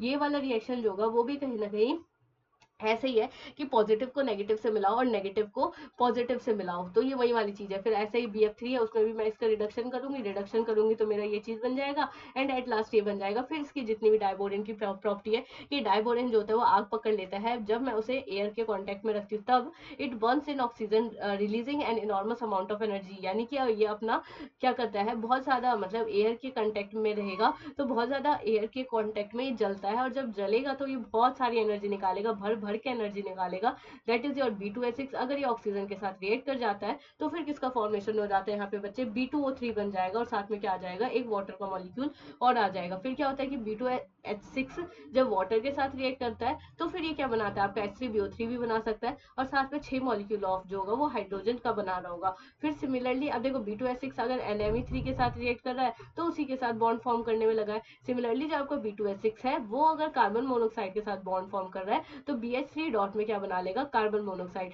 फिर इसके साथ क्या होता है कि दैट इज और BH2 हो जाएगा, NH3 का होल ट्वाइस हो जाएगा, और बाहर की तरफ क्या हो जाएगा, पॉजिटिव चार्ज है जो कि इन्होंने मेंशन करा है यहाँ पे, which is formulated as this one and this one. Further heating, अगर मान लो, मतलब ये क्या कहना चाह रहे हैं वो थोड़ा सा अगर हम ध्यान से देखें तो रिएक्शन जब पढ़ेंगे तब हमें समझ आ रहा होगा कि हमने ले लिया डाइबोरेन, डाइबोरेन में डाला NH3, जब NH3 डालेंगे तो इसका ये वाला मॉलिक्यूल बनेगा BH2 NH3 का whole twice and BH4 negative. फिर इसको और गर्म करेंगे, हीट प्रोवाइड करेंगे, तब जाकर के आपका क्या बन जाएगा, B3N3H6 और प्लस में 12 मॉलिक्यूल ऑफ हाइड्रोजन बन रहा होगा। आपको ध्यान देना होगा कि जो आपके B3N3H6 है वो कुछ भी नहीं है, सिर्फ और सिर्फ ये है आपका इनऑर्गेनिक बेंजीन। इनऑर्गेनिक बेंजीन हम इसे बोल देते हैं। तो नॉर्मली हम सिंपल बेंजीन के बारे में तो जानते ही, लो भाई अब इनऑर्गेनिक पढ़ रहे हैं तो इनऑर्गेनिक बेंजीन भी आ गया। फिर इसके बाद क्या होता है, इसको इनऑर्गेनिक बेंजीन बोल देंगे। फिर इसके साथ क्या होता है कि the 4 terminal BH bonds are regular to centered 2 electron bonds while the 2 bridge BHB bonds are different and can be described in terms of 3। ये कहते हैं कि देखो जो ये 4 का प्लेन है, मतलब ये जो आपको ये डॉटेड वाली जो बड़ा स्क्वायर दिख रहा होगा ना, उन सारे हाइड्रोजन का एक अपना प्लेन है, ठीक है। इन सारे हाइड्रोजन का क्या है, ये एक अपना प्लेन है, ये यही एक्सप्लेन करते हैं कि इनका एक अपना प्लेन है। और जो सेंटर वाले हैं, और जो मेनली जो बच्चे यहाँ पे सेंटर वाले हैं कि ये वाले जो है इनका जो है वो कहीं ना कहीं अपना प्लेन है, ये यही एक्सप्लेन करने की कोशिश कर रहे हैं। सबका प्लेन अलग अलग है, जो सेंटर है वो उनका अलग है, इन जो साइड साइड में है उनका अलग है। ये सिर्फ यही कहते हैं 2 centred and 2 electron bond. 2 centre और 2 इलेक्ट्रॉन बॉन्ड का मतलब क्या है कि 2 सेंटर है और साथ में क्या है, 2 इलेक्ट्रॉन बॉन्ड है। 2 सेंटर इन द सेंस कि देखो यहाँ पे है आपका बोरोन, यहाँ पे है आपका बोरोन, तो आपके पास क्या हुआ कि 2 सेंटर्ड हुआ ये। अगर देखो अभी तक आपको समझ नहीं आया, अगर मेरी इमेज आ गई हो तो ध्यान रखना कि जो साइड वाले हाइड्रोजन है उनका एक अपना प्लेन है, जो सेंटर वाले हाइड्रोजन है उनका एक अपना प्लेन है बोरोन के साथ। तो ये जो स्ट्रक्चर है वो 2 सेंटर है। 2 सेंटर इन द सेंस कि जो आपका बोरोन है वो आपका 2, मतलब 2 सेंटर दे रखा है बोरोन वाला, और साथ में 3 इलेक्ट्रॉन का मतलब ये है कि जो ये वाले जो हाइड्रोजन है ना, ये वाले हाइड्रोजन ये किसी ना किसी तरीके से इसे 3 इलेक्ट्रॉन प्रोवाइड कर रहे हैं, और इसी तरीके से मतलब ये जो बॉन्ड प्रोवाइड कर रहे हैं इसी को हम आई थिंक ब्रिजिंग बॉन्ड भी कह रहे थे, जो ये ब्रिज का फॉर्मेशन करते हैं। और ब्रिज फॉर्म करने वाले कौन से, BHB नाम का ब्रिज जो होगा वो यहाँ पे क्या हो जाएगा, फॉर्म हो जाएगा। फिर अब इसके साथ आगे बढ़ेंगे, फिर आगे बढ़ते हुए हम क्या पढ़ते हैं, आगे बढ़ते हुए हम पढ़ेंगे यहाँ पे कि दैट इज और B2H6 का जो यहाँ पे मॉलिक्यूल दे रखा है कि वो मतलब कैसे होने वाला है, किस तरीके से हम इसे समझ रहे होंगे। तो बोरोन जो है वो हम उसे, बोरोन जो है वो कहीं ना कहीं एक सीरीज फॉर्म करता है, कौन सा वाला, हाइड्राइडो बोरेट वाला। The most important one is tetrahedral BH हो जाएगा, यहाँ पे BH4 लिखा होगा इन्होंने। फिर इन्होंने बोला lithium and sodium tetrahydridoborate also known as borohydride are prepared by the reaction of metal hydride that is B2S6 and diethyl ether. अभी थोड़ा सा यहाँ पे जो है वो मेटल की रिएक्शन करवा रहा है, किसके साथ, आपके डाइबोरेन के साथ। तो जब हम रिएक्शन करवाते हैं तो फिर आपका क्या फॉर्म हो जाता है, M पॉजिटिव एंड BH2 का नेगेटिव, जैसे कि इन्होंने फॉर्म करा है। और ये ध्यान रखना कि ये जो स्ट्रक्चर है वो कुछ इस तरीके से फॉर्म होगा, जैसे कि अभी हम पीछे ही पढ़ते आए हैं, तो इस तरीके से ही फॉर्म होगा। और उन्होंने भी आगे भी लिखा था कि जो आपका BHB बॉन्ड है दैट इज BHB वाला बॉन्ड जो है उसे हम ब्रिजिंग बॉन्डिंग भी कह देते हैं, या फिर हम मतलब जब बहुत ज्यादा अलग केस पढ़ते हैं तब हम इसे बनाना ब्रिजिंग भी कह देते हैं। तो आपको ध्यान रहना चाहिए कि बनाना ब्रिजिंग का स्ट्रक्चर कैसा होता है। अगर ये पूछ रहे कि बनाना ब्रिजिंग है उसके अंदर कितने ब्रिज है, ऐसे करके क्वेश्चन पूछ सकते हैं। तो मेन कंसेप्ट ये है कि आपको जो है वो फिगर पता होना चाहिए, अगर फिगर पता है तो आप कर ले जाओगे। फिर इन्होंने बोला बॉन्डिंग इन डाइबोरेन है, फिर बोरोन है, एटम है, one is without an electron shown in the broken line, यानी कि एक जो है, देखो मैंने क्या कहा था, 3 सेंटर्ड है ना, 2 सेंटर्ड एंड 3 इलेक्ट्रॉन, तो ये इसी वाली लाइन को बताता है। And electron shown in the broken line, यानी ये जो ब्रोकन लाइन दिखा रखी है ये मतलब इसके अंदर इलेक्ट्रॉन नहीं है आपके, ये कहना चाह रहे हैं। The terminal boron hydrogen bonds are normal that is 2 centred 2 electron bonds but the 2 bridge bonds is 3 centred and 2 electron bond. The 3 centred and 2 electron bond bridge bond is also called as banana bond. देखा इन्होंने भी बनाना नाम कह दिया। इनका कहने का मतलब है ये है कि जो आपके किनारे वाले हाइड्रोजन है वो तो कहीं ना कहीं आपके जो है वो मेनली 2 सेंटर 2 इलेक्ट्रॉन बॉन्ड कहलाएंगे, क्योंकि इन दोनों के पास, हाइड्रोजन के पास भी इलेक्ट्रॉन है, इस हाइड्रोजन के पास भी है, बोरोन के पास है, सबके साथ है इसलिए। लेकिन जब मैं सेंटर की वाले बोरोन की बात करती हूँ, इसके कंपैरिजन मतलब जब ये इस हाइड्रोजन के साथ पेयरिंग करेगा तो that is 2 centred and 3 electron, मतलब इन ये बोलते हैं दैट इज 3 सेंटर्ड, कि 3 तो इनके सेंटर्ड होंगे, ये हाइड्रोजन वाला भी ले लो कि 3 तो इसके सेंटर्ड होंगे, लेकिन इसमें जो इलेक्ट्रॉन होंगे वो सिर्फ और सिर्फ कितने होने वाले हैं आपके, 2 ही होने वाले, ये यही कहता है। फिर इसके साथ और अगर आगे बढ़ते हैं तो दैट इज यूजेज ऑफ, अभी थोड़ी सी यहाँ पे प्रॉपर्टी लिखी होगी दैट इज आपकी लिथियम बोरोहाइड्रेट की प्रॉपर्टी और सोडियम बोरोहाइड्रेट की प्रॉपर्टी, तो ये वही इन्होंने मेंशन करा होगा। फिर इन्होंने बोला uses of boron and aluminium and there compound, यानी क्या यूज होता है आपके बोरोन का, एल्यूमिनियम का और उससे जितने भी कंपाउंड फॉर्म हो रहे हैं उनका। तो ये कहते हैं हाई मेल्टिंग पॉइंट होगा, लो डेंसिटी होगा and very low electrical conductivity होगा। जो छोटा एलिमेंट है उनका मेल्टिंग पॉइंट तो वैसे भी हाई रहने वाला है, उनकी डेंसिटी कम रहेगी, और बहुत ही लो क्या होने वाला है, उनका इलेक्ट्रिकल कंडक्टिविटी जो होगा वो भी क्या होने वाला है, कम ही होगा। फिर उन्होंने बोला कि boron fibres are use in making bullet proof vest, यानी कि बोरोन फाइबर। अब ये थोड़ा सा इन्होंने यूजेस भी मेंशन करे, तो आप एक बार यूजेस तो बोरोन और एल्यूमिनियम के आपको खुद ही याद करने पड़ेंगे, तो एक बार फटाफट से आप इसको पढ़ लेना। वैसे तो उतने मुश्किल यूजेस है नहीं, आप पढ़ोगे एक बार समझ आ जाएगा। मेन ये है कि आपको रिएक्शन का आंसर कैसे आ रहा है वो आना चाहिए, अगर वो आता है तो आप आसानी से कर लोगे। लेकिन ये है कि अगर यूजेस की बात करूं मैं, तो यूजेस तो इजीली आप समझ सकते हो। फिर उन्होंने बोला कि ग्रुप 14 एलिमेंट्स की अगर हम बात करें, द कार्बन फैमिली, यानी कि जो आपका कार्बन फैमिली है अब उसकी थोड़ी सी प्रॉपर्टी लिखी है। तो जो आपका कार्बन फैमिली सबसे प्रॉपर्टी ये लिखते हैं कि 17th मोस्ट अबंडेंट एलिमेंट है इस ये वाले ग्रुप का। फिर ये कहते हैं कि biomass in the earth crust, इस अर्थ क्रस्ट के अंदर हमें जो है वो यही चीज जो है वो देखने को मिलती है कि इस अर्थ क्रस्ट के अंदर ये जो है वो अर्थ क्रस्ट के अंदर सबसे ज्यादा अबंडेंट फैमिली है। फिर इन्होंने बोला है it is widely distributed in nature, अगर हम देखें तो ये बहुत ज्यादा बिखरा हुआ है नेचर के अंदर।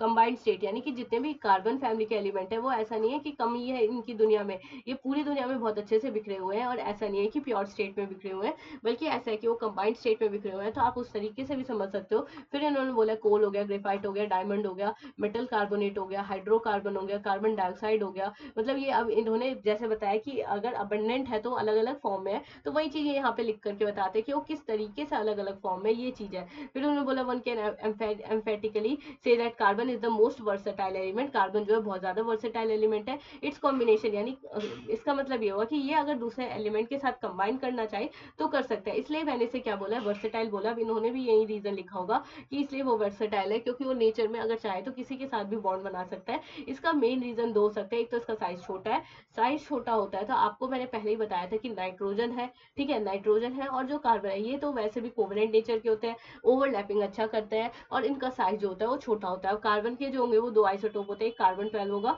और एक साथ में क्या होने वाला है आपका कार्बन 13 जो है वो भी हो जाएगा। इन एडिशन टू दीज एक थर्ड आइसोटोप जो है वो भी आ जाता है कार्बन का, तो 14th वाला कार्बन जो होता है वो भी एग्जिस्ट करता है। Silicon is the second, that is silicon is the second, मतलब अब ये बोलते हैं कि हमारा फर्स्ट अबंडेंट एलिमेंट था ऑक्सीजन, सेकंड अबंडेंट एलिमेंट था आपका सिलिकॉन, और जो थर्ड अबंडेंट था वो कौन सा था, एल्यूमिनियम था। ये उसी की यहाँ पे बात करता है। फिर ये कहते हैं silicon is very important components of ceramics, glass and cement. Silicon जो है वो इन सब चीजों का एकदम इंपॉर्टेंट वाली चीज है। फिर इन्होंने बोला कि that is ultra pure form of germanium and silicon are used to make transistor and semiconductor devices, यानी कि जो भी अल्ट्रा प्योर है जर्मेनियम का या फिर सिलिकॉन का, वो हम मेनली किसमें यूज करते हैं, आपके ट्रांजिस्टर और सेमीकंडक्टर जैसे डिवाइसेस में भी हम यहाँ पे यूज करेंगे। फिर इन्होंने बोला कि इलेक्ट्रॉनिक कॉन्फ़िगरेशन जो है वो इसकी यहाँ पे मेंशन है, फिर इसकी प्रॉपर्टी भी मेंशन है। अब देखो ये वाली जो चीज है, देखो एटॉमिक नंबर आपको पता है, एटॉमिक मास पता है, इलेक्ट्रॉनिक कॉन्फ़िगरेशन पता है, और कोवेलेंट रेडियस भी पता है कि नीचे जाने पर इंक्रीज होगा, आयनिक रेडियस भी पता है ये भी इंक्रीज होता है, आयनिक रेडियस पता है ये इंक्रीज होगा। आयोनाइजेशन एंथैल्पी का एक नॉर्मल ट्रेंड अगर ये ऐसे फॉर्मेट में देते हैं तो वो फिर एक नॉर्मल ट्रेंड नहीं हुआ, तो आपका एक नॉर्मल ट्रेंड के हिसाब से नहीं पता चल पाएगा, वो आप जब इसकी थ्योरी पढ़ोगे तब पता चल पाएगा कि कौन सा ट्रेंड अपनाना है। और साथ में आपकी इलेक्ट्रोनेगेटिविटी जो है उसका भी इन्होंने ऑर्डर दे रखा है। डेंसिटी जो होती है वो आपको ध्यान रहना चाहिए कि जिसका जितना साइज बड़ा है उसका मॉलिक्यूलर मास उतना ज्यादा, और जिसका जितना ज्यादा मॉलिक्यूलर मास उसकी डेंसिटी जो होगी वो क्या होगी, उतनी ही ज्यादा होगी। फिर इसके बाद होता है मेल्टिंग पॉइंट है एंड बॉइलिंग पॉइंट है। ये भी आप इजी कर सकते हो कि मेल्टिंग पॉइंट जो है वो मेनली जो जितना ज्यादा छोटे साइज का होता है उसका मेल्टिंग पॉइंट क्या होता है, उतना ही ज्यादा होता है, और जो जितना ज्यादा बड़े साइज का होता है उसका मेल्टिंग पॉइंट क्या होता है, उतना ही कम होता है। बॉइलिंग पॉइंट के साथ भी आपको ये सेम केस लगने वाला है कि जो जितना ज्यादा छोटे साइज का है उसका बॉइलिंग पॉइंट उतना ही क्या होगा, ज्यादा होगा। अब इलेक्ट्रिकल रेसिस्टिविटी इन्होंने एक नया फैक्टर बता दिया, इलेक्ट्रिकल रेसिस्टिविटी। तो आपको भी पता है कि जो जितना ज्यादा छोटा है उसकी रेसिस्टिविटी, उसकी रेसिस्टेंस पावर क्या होगी, उतनी ज्यादा होगी। क्यों ज्यादा होगी, क्योंकि जो जितना ज्यादा छोटा है वो इलेक्ट्रॉन देने में भी घबराएगा और इवन इलेक्ट्रॉन लेने में भी घबराएगा। तो ये कहीं ना कहीं एक बीच रास्ते की रुकावट हो गई ना, तो ये क्या क्रिएट करेगा, एक रुकावट क्रिएट करेगा। तो ये ध्यान रखना कि जो जितना ज्यादा छोटा होता है उसकी इलेक्ट्रिकल रेसिस्टिविटी क्या होने वाली है, उतनी ही ज्यादा होने वाली है, उतनी ही ज्यादा रुकावटें खड़ा करेगा। यानी वो एक तो एक इलेक्ट्रॉन ले भी नहीं सकता और इवन एक इलेक्ट्रॉन दे भी नहीं सकता। तो ऐसे ही एलिमेंट की रेसिस्टिविटी यानी रुकावट, रेसिस्टिविटी, रेसिस्टेंस, इन सब का तो दूसरा नाम ही है क्या, रुकावट। तो इस हिसाब से आप समझ सकते हो। फिर इसके बाद जो है वो आयोनाइजेशन एंथैल्पी। देखो आयोनाइजेशन एंथैल्पी का ट्रेंड जो है वो मैंने यहाँ पे बहुत अच्छे से लिखा हुआ है, तो आप इसको फॉलो कर सकते हो। अब आप ये कहोगे कि सिलिकॉन और जर्मेनियम में जिस तरीके का ट्रेंड है वैसे तो सही है कि नीचे जाने पर जो होगा वो डिक्रीज होगा, तो ये बात तो सही है। अब लेकिन स्ट्रोंशियम और लेड के अंदर जो है वो ऐसा अपोजिट केस क्यों हुआ, इसका भी रीजन वही डी ऑर्बिटल का पुअर शील्डिंग इफेक्ट जा रहा होगा, और साथ में आपका जेड इफेक्टिव जो होता है वो इस केस में क्या हो जाता है, बहुत बढ़ जाता है। इस वजह से मैं कह रही हूँ। फिर इलेक्ट्रोनेगेटिविटी है। इलेक्ट्रोनेगेटिविटी क्या है कि due to the small size elements of this groups are slightly more electronegative than the group of 13th elements. Electronegativity values for the elements from silicon to lead are almost the same, यानी कि कहते हैं कि electronegativity का order देखे तो ये सारे के सारे एलिमेंट में लगभग सेम दिखती है। फिजिकल प्रॉपर्टी आपका काम है कि आपको देखना पड़ेगा कि कौन सी चीज मेटल है, कौन सी चीज मेटलॉइड है, कौन सी चीज एम्फोटेरिक है। आप अगर मेरे नोट से पढ़ोगे तो वहां पे मैंने सब चीज को अलग अलग करके बताया कि कौन कौन से ऐसे एलिमेंट है जो कि मेटलॉइड होते हैं, कौन कौन से ऐसे एलिमेंट है जो कि एम्फोटेरिक होते हैं, तो आप एक बार वो देख सकते हो। फिर इन्होंने बोले various tin and lead are soft metal, जो टिन है और लेड वो सॉफ्ट मेटल है। अभी वही प्रॉपर्टी बता रहा है। फिर इसके बाद क्या होता है, आप थोड़ी सी ऑक्सीडेशन स्टेट की कहानी पढ़ते हैं। तो देखो ऑक्सीडेशन स्टेट की कहानी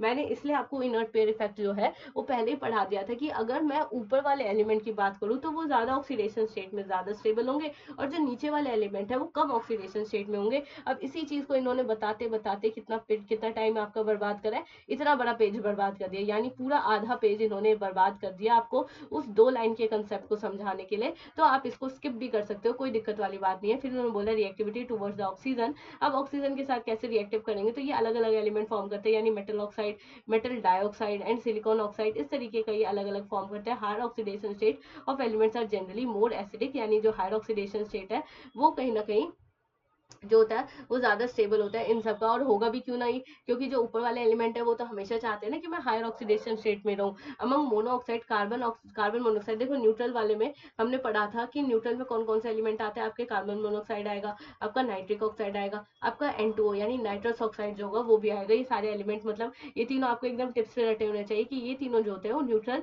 के कैटेगरी में आते हैं। अभी यही चीज बोलते हैं। फिर उन्होंने बोला reactivity towards the water, water के साथ अगर रिएक्टिव कर रहा है कोई भी तो वो रिएक्ट करेगा, और रिएक्ट करने के बाद जो फॉर्म करेगा वो ऑक्साइड फॉर्म कर रहा होगा। फिर इसके बाद अगर हम आगे बढ़ते हैं तो that is reactivity lead is unaffected by water. आपका जो लेड है वो कभी भी पानी के साथ रिएक्ट नहीं करता, क्यों? Probably because of protective oxide film formation, क्योंकि वो हो सकता है किसका फॉर्मेशन कर सकता है, मतलब अपने ऊपर ही एक लेयर बना देगा ऑक्साइड की, और ये जो ऑक्साइड की लेयर होती है वो आसानी से टूटती नहीं है, और जब ये लेयर बन जाएगी तो रिएक्शन फिर आगे कैसे बढ़ेगी, ये कंसेप्ट है। फिर रिएक्टिविटी टुवर्ड्स द हेलोजन है, आपके हेलोजन की तरफ किस तरीके से रिएक्टिविटी होगी, ये लिखा है कि PbF4 बनाएगा, PbI बनाएगा, तो ये सारे के सारे एकदम कॉमन से पॉइंट है। फिर ये भी बोलते हैं, देखो अब मैं ये कहती हूँ कि इसने पूरा पेज बर्बाद करा है एनसीईआरटी ने ये बताने के लिए कि जो ऊपर वाले एलिमेंट है उनका ज्यादा ऑक्सीडेशन स्टेट है और जो नीचे वाले एलिमेंट है उनका कम ऑक्सीडेशन स्टेट है। तो अगेन आप इस चीज को भी स्किप कर सकते हो। फिर इसके बाद जो है वो हमारा जो है वो कहानी स्टार्ट होती है इस वाले पार्ट से। अब ये वाला पार्ट क्या कहता है, देखो मैं रिएक्शन के थ्रू ही आपको बता दूंगी, उसमें कोई इशू नहीं है। तो मैंने क्या करा, सिलिकॉन का ले लिया, और सिलिकॉन जो है आपके क्लोरीन वाले एलिमेंट से मतलब 4 डायरेक्शन में बंद है। अब इसको हमने क्या दिया, वाटर का लालच दिया। जैसे ही इसको वाटर का लालच दिया तो पहला जैसे ही मतलब जो इसका OH आएगा यानी O पे नेगेटिव चार्ज, यहाँ से क्लोरीन रिमूव होगा और यहाँ पे आपका क्या आ जाएगा, OH आ जाएगा। फिर इस OH में क्या कर दियो मैं, इसमें 3 वाटर के मॉलिक्यूल और ऐड करूँ सिमिलरली, तो आपके जितने भी क्लोरीन है वो सारे के सारे सब्सटीट्यूट हो जाएंगे और एट लास्ट आपको क्या मिल जाएगा, सिलिसिलिक एसिड। इसका नाम होता है सिलिसिलिक एसिड। ठीक है, अब देखो इसकी रिएक्शन जो होती है वो आगे कैसे बढ़ती है। Important and behaviour, anomalous behaviour of the carbon. देखो कार्बन का एनोमैलस किसी भी ग्रुप जो ऊपर वाले एलिमेंट होते हैं यानी जो सेकंड वाले ग्रुप, सेकेंड वाले पीरियड के जो एलिमेंट होते हैं उनमें हमें ये देखने को मिलता है कि जिसका जितना ज्यादा छोटा साइज है उसका नेचर जो होगा वो और मतलब उतना ही ज्यादा क्या होने वाला है, डिफरेंट होने वाला है। जो जितना ज्यादा छोटा साइज का है उसकी कोवेलेंसी उतनी ज्यादा होगी, जो जितना ज्यादा छोटे साइज का है वो उतनी अच्छी ओवरलैपिंग करेगा, जो जितना ज्यादा छोटा साइज का है वो उसके इलेक्ट्रॉन जो होंगे वो आपस में रिपेल कर रहे होंगे। ये सारी प्रॉपर्टी जो है इन्होंने भी लिखी होगी। देखो अकोमोडेट ओनली 4 पेयर, कहा था 4 pair, the maximum covalency 4, whereas the other members जो होते हैं वो 4 से भी ज्यादा दिखा सकते हैं, लेकिन जो ये कार्बन है वो कहीं ना कहीं सिर्फ +4 ही दिखाएगा। तो हो गई ना एनोमेलस प्रॉपर्टी। फिर इसके साथ में अगर और बाकी के पार्ट की बात करती हूँ तो जो भी आपका कार्बन एटम है जो कि यहाँ पे हमें देखने को मिलेगा, that is carbon carbon double bond, carbon carbon triple bond and carbon oxygen bond. तो ये भी सिंपल वही वाली बात है कि जो आपका कार्बन है उसके अंदर ये प्रॉपर्टी है कि बाकी के एलिमेंट्स के साथ भी बॉन्ड फॉर्म कर सकता है और खुद के साथ भी बॉन्ड फॉर्म कर सकता है। अब इन्होंने ये मेंशन करा है कैटेनेशन प्रॉपर्टी। अब कैटेनेशन प्रॉपर्टी क्या होती है एक बार इसकी डिफाइन करते हैं फिर बताऊंगी क्या होती है। Carbon atom have the tendency to link with one another through covalent bond to form the chain and ring, this property is called catenation. यानी कि जो आपका कार्बन एलिमेंट होता है उसके अंदर पूरी पूरी टेंडेंसी होती है कि वो कहीं ना कहीं कोवेलेंट बॉन्ड फॉर्म कर सकता है, मतलब किसी भी डायरेक्शन में, एक पर्टिकुलर डायरेक्शन में आपका जो है वो कोवेलेंट बॉन्ड फॉर्म कर सकता है। क्यों कर सकता है, दिस इज बिकॉज इस वजह से क्योंकि आपका कार्बन कार्बन बॉन्ड जो है वो वैसे भी बहुत स्ट्रांग होता है। कैटेनेशन का मतलब ये होता है tendency to form long chain, tendency to form ring, ये इसका मेन मतलब होता है। फिर इन्होंने बोला कि अब ये डाउन द ग्रुप जो होता है वो साइज जैसे जैसे, देखो हमें पता है नीचे जाने पर क्या होगा, साइज बढ़ेगा। जब साइज बढ़ेगा तो आपकी इलेक्ट्रोनेगेटिविटी जो होगी वो कहीं ना कहीं क्या हो रही होगी, डिक्रीज हो रही होगी, and thereby tendency to show the catenation property जो होगी वो भी कहीं ना कहीं क्या हो जाएगी, डिक्रीज हो जाएगी। देखो डाउन द ग्रुप जाने पर साइज बढ़ेगा। अब आप खुद सोचो कि आपके पास जो है वो 10 लोग हैं, बड़े बड़े साइज के 10 लोग हैं छोटे छोटे साइज के, तो किन के साथ बॉन्डिंग बनाना ज्यादा आसान होगी, जो छोटे साइज के। तो ये वही कहते हैं कि नीचे जाने पर साइज बड़ा बड़ा बड़ा होगा और उसके साथ फिर वो कैटेनेशन वाली प्रॉपर्टी जो होगी वो भी कहीं ना कहीं उतनी अच्छी नहीं हो पाएगी। तो इसलिए सबसे ज्यादा जो ऊपर एलिमेंट है वो उतना बेस्ट कैटेनेशन प्रॉपर्टी शो करते हैं। लेकिन ये है कि नीचे वाले एलिमेंट भी शो करेंगे, बेशक से कमजोर ही शो कर रहे हो, कम ही शो कर रहे हो, लेकिन शो तो करेंगे। फिर उन्होंने बोला due to properties of that is catenation, catenation property जो होता है वो पी पाई वाले जो बॉन्ड होता है उसके बीच में फॉर्म होता है। Carbon is able to show the allotropic form, यानी कि जो आपका कार्बन है वो अब अलग अलग अलग तरीके के एलोट्रॉप्स बनाएगा, दैट इज और एलोट्रॉप्स ऑफ कार्बन। अब एलोट्रॉप्स ऑफ कार्बन में सबसे पहला एलोट्रॉप जो है वो हम डायमंड के बारे में पढ़ेंगे। तो डायमंड एलिमेंट जो है वो बहुत ज्यादा स्ट्रॉन्ग एलिमेंट है। डायमंड ऐसा है कि डायमंड कहता है कि मैं तो किसी के आगे नहीं झुकने वाला, तू दूसरा, मतलब आप वो कहता है कि आप लोग दूसरा लेके आओ, दैट इज डायमंड डायमंड दूसरे को कहते हैं, बाकी ग्रेफाइट और बकपिलिस्टर फ्लूरेंस को घमंड दिखाते हुए कहते हैं हिम्मत है तो हिला के दिखा मेरे को। तो डायमंड इतना ज्यादा मजबूत है, तो बिल्कुल बनना है तो डायमंड की तरह बनो, बिल्कुल ग्रेफाइट की तरह नहीं बनना कि जिसके पास एक फ्री इलेक्ट्रॉन है और वो इधर उधर रोटेट होने में लगा हुआ है। तो ग्रेफाइट की तरह बिल्कुल भी आपको नहीं बनना है, बनना है तो डायमंड की तरह बनना है, एकदम सॉलिड। कि अगर कोई थोड़ा सा भी वो कहेगा कि ऐसे करो वैसे करो तो उसकी नहीं सुननी, सिर्फ अपनी सुननी है कि कैसे करना है। मैं इसमें आपको थोड़ा सा वो बता रही थी डायमंड कैसा है इसलिए, ठीक है। तो डायमंड है hybridisation and the link to the 4 other carbon. आपका डायमंड जो होता है बाकी के 4 कार्बन से होता है एंड हाइब्रिडाइज ऑर्बिटल इस टेट्राहेड्रल फैशन में होगा। The structure of expand in space and produce are rigid 3 dimensional network of carbon atom. यहाँ पे आपका 3D नेटवर्क देखने को मिलेगा किसका, पूरे के पूरे कार्बन एटम का, जो कि यहाँ पे इन्होंने मेंशन भी करा है कि मान लो ये तो था हमारा स्ट्रक्चर। अब इस स्ट्रक्चर में क्योंकि ये पेज है थोड़ा सा धुंधला धुंधला, तो हम क्यों ना मूव करते हैं नेट पे और फिर नेट पे से देखते हैं कि ये पेज में क्या कह रहा है। देखो ये वैसे पेज तो बिल्कुल साथ दिख नहीं रहा है, या तो एक काम, नहीं अब बीच में तो वैसे छोड़ नहीं सकते, तो एक काम करते चलो नेट पर से घूम के आते, नेट वाला क्या कहता है। पेज नंबर कौन सा है, ये वाला पेज नंबर है आपका जहाँ पे ग्रेफाइट का स्ट्रक्चर है। तो ये अगर हम मूव करें अपने नेट के पास, तो नेट पे अगर हम देखें यहाँ पे जा करके, दैट इज योर, यहाँ से चेंज करेंगे, यहाँ पे सर्च करेंगे, that is P block class 11th NCERT PDF and. अब देखो इस वाले में अगर मैं देखूं, अब यहाँ पे इन्होंने लिखा होगा थोड़ा सा, तब आपको समझ आएगा। अब ये पी ब्लॉक तो मेंशन कर दिया, अब थोड़ा सा देखते हैं, जस्ट वेट, अभी मैं खोलती हूँ। तो हम कहाँ पे थे, आपके डायमंड वाली कहानी सुन रहे थे हम, मस्त। अब देखो डायमंड जो है वो ये वाली चीज है, ठीक है। अब जब ये आपका डायमंड है तो आपको ये चीज जानना होगा कि डायमंड में मेरे को क्या क्या चीजें देखने को मिलती है। तो ये पहली बात आपको कौन सा स्ट्रक्चर हो गया, डायमंड वाला स्ट्रक्चर हो गया।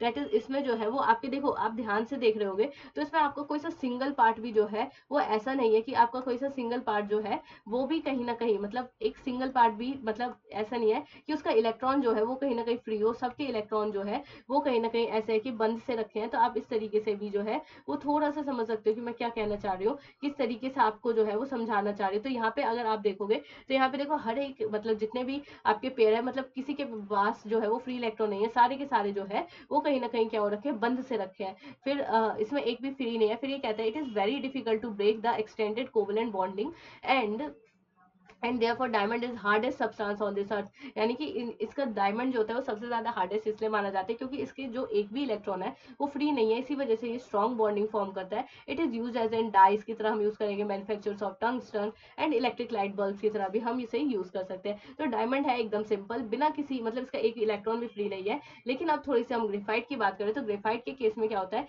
इसके हर कार्बन पे एक एक इलेक्ट्रॉन जो होता है, इसका हर कार्बन क्या होता है, फ्री करके रखता है अपने एक एक इलेक्ट्रॉन को। तो जो ग्रेफाइट है उसी फ्री इलेक्ट्रॉन की वजह से जो होता है वो बहुत ज्यादा कंडक्टिविटी शो करता है। जब भी तो हम कहते हैं कि ग्रेफाइट, अब आप ग्रेफाइट को कहाँ पे ढूंढोगे, जो आपकी नॉर्मली पेंसिल आप यूज करते थे, अभी तो यूज करते नहीं होगे क्योंकि 11-12 में कौन पेंसिल यूज करता है। तो वो जो पेंसिल यूज करते थे उसकी जो चोच होती थी, उसकी जो नोक होती थी, वो जो था वो ग्रेफाइट का बनता था। और इवन अगर आप अपने बैटरी का जो अंदर वाला पार्ट खोल के देखोगे तो उसके अंदर भी क्या होगा, ग्रेफाइट होगा। ये बात हमने इलेक्ट्रोकेमिस्ट्री में बहुत अच्छे से पढ़ी थी कि जो एक तो ग्रेफाइट जो होता है लेयर स्ट्रक्चर होता है, वंडरवॉल फोर्स लगेगा इसके अंदर, और वंडरवॉल फोर्स लग कहाँ रहा है, these layers are held by van der Waals forces and distance between the two layers is composition of planar hexagonal rings of carbon within the layers of इतना picometer each carbon atom is just sp2। उसमें sp3 था आपके diamond के case में, इसमें sp2 वाला hybridise हो जाएगा with 3 neighbouring carbon atoms. Fourth electron हो जाएगा फॉर्म्स अ पाई बॉन्ड, जो चौथा इलेक्ट्रॉन है वो पाई बॉन्ड बनाएगा। The electrons are delocalized over the whole sheet, यानी इलेक्ट्रॉन आगे पीछे ऊपर नीचे इधर उधर हर जगह घूमने लगेंगे। अब देखो इन्होंने क्या कहा, क्या क्या बात आपसे कहा, ये कहते हैं कि हमारा जो ये वाला लेयर है, ठीक है, ये वाली जो लेयर है वो वाली लेयर, और जो आपकी ये जो नीचे वाली लेयर है, ये अगर आपस में कनेक्ट हो रखी है इस डॉटेड डॉटेड वाले लाइन से, तो ये जो डॉटेड वाला लाइन है वो क्या है, आपका वीक वंडरवॉल फोर्स है। ये यही बताना चाहते हैं कि ये कुछ भी नहीं है, ये आपका सिर्फ और सिर्फ क्या है, वीक वंडरवॉल फोर्स है। तो आप ये समझ सकते हो कि आपस में वीक वंडरवॉल, मतलब दो लेयर आपस में वीक वंडरवॉल फोर्स से जुड़ी हुई है। लेकिन जो आपस में ये जो एक लेयर है, उस लेयर में जो एक कार्बन दूसरे से जुड़ा हुआ है वो कहीं ना कहीं किसके साथ जुड़ा हुआ है, हाइड्रोजन बॉन्डिंग के साथ। वो इन्होंने मेंशन नहीं करा है, लेकिन आप समझो कि वो वैसे ही जुड़ा हुआ है। ग्रेफाइट कंडक्ट इलेक्ट्रिसिटी, सही बात है, ग्रेफाइट जो होता है क्लीव करेगा आसानी से between the layer, therefore soft and spongy होता है। फिर इन्होंने बोला है for the reason graphite is use as a dry lubricant के लिए यूज करेंगे, मशीन के लिए यूज करेंगे। ये सारे आप इसके क्या हो गए, फ्यूचर फीचर्स हो गए। अब फ्लूरेंस जो है वो आपका क्या है, एकदम प्योर फॉर्म है। तो आप इसको तो नेग्लेक्ट नहीं कर सकते कि आपका फ्लूरेंस जो होगा वो किस तरीके से काम करेगा, किस तरीके से लीड कर रहा होगा। तो फ्लूरेंस जो है वो बिल्कुल अलग है। फ्लूरेंस जो होता है वो हम बनाते हैं बाय हीटिंग ऑफ ग्रेफाइट, यानी पहले ग्रेफाइट को गर्म करो इलेक्ट्रिक आर्क के अंदर, यानी ग्रेफाइट ले लेंगे और ग्रेफाइट को जब हम गर्म करेंगे किसके अंदर, आपके इलेक्ट्रिक आर्क के अंदर। किसके अंदर गर्म कर रहे होंगे, दैट इज और इलेक्ट्रिक आर्क के अंदर अगर हम गर्म कर रहे होंगे तो यहाँ पे जो है वो कहीं ना कहीं आपका आगे चल करके क्या फॉर्म हो जाता है, दैट इज और इनर्ट गैस जो होता है, दैट इज हीलियम, आर्गन, और ये इन सब के प्रेजेंस में अगर हम करेंगे तो तब जाकर के आपका फ्लोरेंस जो होता है बनता है। ये आपका दो स्ट्रक्चर फ्लोरेंस का होता है, एक C60 वाला होता है, एक C70 वाला होता है। तो जो C60 वाला होता है छोटा एलिमेंट है और जो C70 वाला है वो थोड़ा सा बड़ा एलिमेंट है। फिर उन्होंने बोला कि number of carbon atoms up to 350 और above, fullerenes are the only pure substance हो जाएगा form of carbon because of have smooth structure हो जाएगा विदाउट हैविंग डैंगलिंग बॉन्ड। अब देखो जो आपका फ्लूरेंस होता है, फ्लूरेंस जो होता है वो आपका कहीं ना कहीं कैसा स्ट्रक्चर है, एकदम स्मूथ सा स्ट्रक्चर है। इसके अंदर आपको जो है वो डैंगलिंग बॉन्ड जैसी चीजें नहीं दिख रही होगी। फिर ये कहते हैं molecule have a shape of, जो आपका फ्लूरेंस का मॉलिक्यूल होता है उसका बिल्कुल शेप होता है आपका सॉकर बॉल की तरह। और जो बच्चे सॉकर बॉल नहीं जानते कि सॉकर बॉल कैसी दिखती है तो आप फाइंड भी कर सकते हो। एंड इवन आप जो नॉर्मली फुटबॉल खेलते हो तो उसकी तरह भी वो दिखता है, वो कोई बात नहीं है। तो बकमिनिस्टर फ्लोरेंस ही होता है। अब ये कहते हैं कि आपके फ्लोरेंस के अंदर जो है वो 5 मेंबर्ड वाली रिंग के एलिमेंट है और 6 मेंबर्ड वाले रिंग के भी एलिमेंट है। तो 5 मेंबर्ड के जो रिंग के एलिमेंट है वो कहीं ना कहीं आपको 12 दे रखे हैं, एंड जो 6 मेंबर्ड के जो एलिमेंट है वो आपको 20 दे रखे हैं। तो आप ऐसे करके भी याद कर सकते हो, यानी 20 मतलब रिंग बन रही होगी आपके, 6 हेक्सागोनल रिंग बन रही होगी और 12 जो होता है वो आपकी पेंटागोनल रिंग बन रही होगी। अब ये वही कहते हैं, अब ये कहते हैं कि जो 6 मेंबर्ड वाला रिंग है वो तो किसी के साथ भी अटैच हो सकता है, 5 के साथ भी अटैच हो सकता है या फिर 6 के साथ भी अटैच हो सकता है। लेकिन जो आपका 5 मेंबर्ड वाला रिंग है वो कहीं ना कहीं can also fuse with 6 membered ring. But a 5 membered ring जो होता है वो आसानी से 6 मेंबर्ड रिंग फ्यूज विद 6 और 5 मेंबर्ड रिंग। लेकिन जो आपका 5 मेंबर्ड रिंग है वो कहीं ना कहीं सिर्फ और सिर्फ फ्यूज करेगा तो किसके साथ करेगा, यानी 5 वाला जो होता है वो सिर्फ 6 के साथ करेगा। लेकिन जो 6 मेंबर रिंग है वो 5 के साथ भी कर सकता है, 6 के साथ भी कर सकता है। इट डिपेंड्स ऑन, उस पर ही वो खुद डिपेंड करेगा कि वो किसके साथ कर रहा है। तो फिर इसके साथ अगर मैं थोड़ा सा और आगे बढ़ती हूँ तो फिर ये कहूंगी each carbon atom forms the 3 sigma bonds with other 3 carbon atoms, the remaining electron at each carbon is delocalised, यानी कि जो भी रिमेनिंग इलेक्ट्रॉन है वो इधर उधर क्या कर रहे होंगे, मूव कर रहे होंगे। फिर मैं ये कहती हूँ कि जो आपका मॉलिक्यूलर ऑर्बिटल है वो अगर मैं देखूँ which in turn form the aromatic character of the molecule, the ball shaped molecule has 60 vertexes, यानी कि इसमें क्या होता है आपके 60 क्या बन रहे होते हैं, वर्टेक्स बन रहे होते हैं इनके हिसाब से। And each one is occupied by one carbon atom and it is also contain both single and double bond भी होते हैं इसके अंदर। कार्बन कार्बन का डिस्टेंस मेंशन करें जो कि याद नहीं करना आपको, स्पेरिकल फ्लूरेंस है। इसे हम कहीं ना कहीं बकी बॉल भी कह देते हैं। इन शॉर्ट जैसे सॉकर बॉल था वैसे हम इसे बकी बॉल्स भी बोल सकते हैं। फिर जो इसके नीचे का फीचर्स लिखा हुआ है वो भी आप लोगों के लिए इंपॉर्टेंट है। फिर इसके बाद क्या है, यूजेस है आई थिंक कार्बन के। फिर उसके बाद कार्बन डाइऑक्साइड की जो भी प्रॉपर्टी है, फिर सिलिकॉन की प्रॉपर्टी है। तो इस तरीके से जो है वो आपकी अलग अलग प्रॉपर्टी जो है वो यहाँ पे बच्चे मेंशन है। अब हम इसको फटाफट से कवर करते हैं। अब इसको कवर ऐसे करेंगे कि दैट इज यहाँ पे आपका सिलिकॉन है, दैट इज, अब देखो यहाँ पे जो है वो मेनली आपका जो है वो बकी बॉल है। तो इस हिसाब से अगर आप समझो और जानो कि ये कैसा होगा, एक बार आप यहाँ से इस वाले पार्ट से लेकर के इस वाले पार्ट का एक बार पैराग्राफ पढ़ो और पढ़ के देखो कि आपको समझ आता है या नहीं। फिर हम स्टार्ट करेंगे, फिर पढ़ना जस्ट 2 मिनट लो और इसको फटाफट से पढ़ो।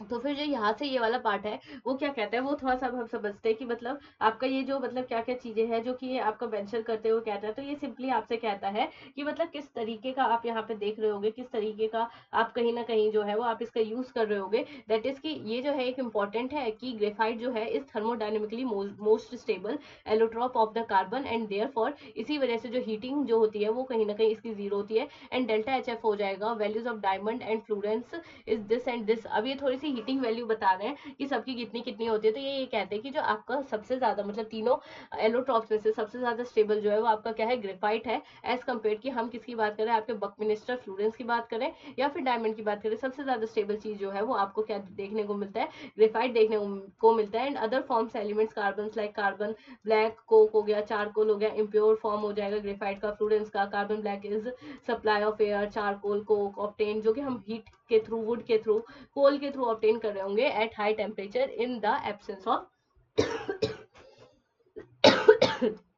That is air. देखो ये जो लास्ट वाली लाइन है बच्चे वो बहुत ज्यादा इंपॉर्टेंट है। दैट इज चारकोल है और जो कोक है उन दोनों को हम ऑब्टेन कर रहे होते हैं क्या करके, जब आप वुड को गर्म करोगे तब, और कोल जो है उसको भी गर्म कर रहे होगे वो भी बहुत ज्यादा टेम्परेचर पे, एब्सेंस ऑफ एयर के अंदर, यानी कि जब आपका एयर एब्सेंट है। यानी आप एक काम करो, चारकोल ले लो, मतलब आप वुड है उसको ले लो और कोल है उसको ले लो, उसको बहुत ज्यादा गर्म करते रहो करते रहो करते रहो, एक टाइम आएगा वो चारकोल और कोक बन जाएगा। और जब वो चारकोल और कोक बन रहा होगा तो ये ध्यान रखना कि जब आप गर्म कर रहे हो तब उस वाले स्पेस में आपका मतलब मेनली जो है वो उस वाले स्पेस में आपका एयर बिल्कुल भी नहीं होना चाहिए। तो आप इस तरीके से भी जो है वो इसको समझ सकते हो। अब ये वाला पेज होगा वो हम अपने वाले पेज से ही पढ़ेंगे क्योंकि हमारा पेज भी ठीक ठीक सही था। अब देखो यहाँ पे ये वाली चीज तो मैंने आपको बता दी, इधर वाली पूरी पढ़ के यूजेस ऑफ कार्बन एक बार आप खुद से देख लेना क्योंकि कार्बन के यूजेस जो है वो वैसे तो इजी होंगे। कार्बन ब्लैक जो होता है हम, हाँ ये थोड़ा सा इंपॉर्टेंट है कि जो आपका कार्बन ब्लैक हम कहाँ पे यूज करेंगे, black pigment in black ink and as the filler in the automobile tyres. Coke जो है वो यूज करते हैं किसके अंदर, fuel, largely as reducing agent in metallurgy. Diamond जो होता है वो हम यूज करते हैं किसके अंदर, ज्वेलरी के अंदर हम कहीं ना कहीं यूज कर रहे होंगे। कार्बन ब्लैक प्लस में हाइड्रोजन जो है, ये क्वेश्चन भी पूछा जा चुका है कि कार्बन ब्लैक जो है और साथ में हाइड्रोजन के साथ क्या बनाता है, तो ये जो है वो आपका कोक का फॉर्मेशन करता है। ऊपर कोक लिखा है तो ये दोनों मिल करके जो है वो कोक का फॉर्मेशन कर रहे होते हैं, यही बात है। फिर इन्होंने बोला कि देखो कार्बन ऑक्सीजन है के साथ कंबाइन हो रहा है, तो अगर ये ध्यान रखो कि अगर आपका ऑक्सीजन जो है वो लिमिटेड है, जैसे इन्होंने भी मेंशन करा है कि ऑक्सीजन लिमिटेड है तब कार्बन मोनोऑक्साइड बनेगा। लेकिन अगर ऑक्सीजन एक्सेस है तो उस केस में फिर आपका क्या बन रहा होता है, फिर उस केस में आपका मोनोऑक्साइड ना बनते हुए फिर क्या बन रहा होगा, आपका कार्बन डाइऑक्साइड बन रहा होगा। फिर इसके बाद मैं आगे बढ़ती हूँ तो यहाँ पे देखूंगी कि ये था आपका एसिड। अब एसिड के मॉलिक्यूल को अगर मैं ब्रेक डाउन करती हूँ तो दो के अंदर होता है, एक वाटर हो गया, एक साथ में क्या हो गया आपका कार्बन मोनोऑक्साइड हो गया। फिर इसके साथ अगर मैं आगे बढ़ती हूँ that is steam over wood, मतलब वॉट कोक है, the mixture of carbon monoxide and hydrogen दस produce in water as a water gas and synthesis gas. अब ये वाटर गैस क्या होता है, ये सिंथेसिस गैस क्या होता है, तो हमेशा ध्यान रखो, हमेशा इसको याद करने का तरीका ये है कि अगर वाटर गैस है तो उसमें वाटर का अमाउंट आएगा। वाटर का अमाउंट जो आता है वो कैसा आता है, वाटर यानी H2 आएगा, ठीक है। और जो आपका प्रोड्यूसर गैस है, प्रोड्यूसर गैस के अंदर आपका क्या आने वाला है, नाइट्रोजन आने वाला है।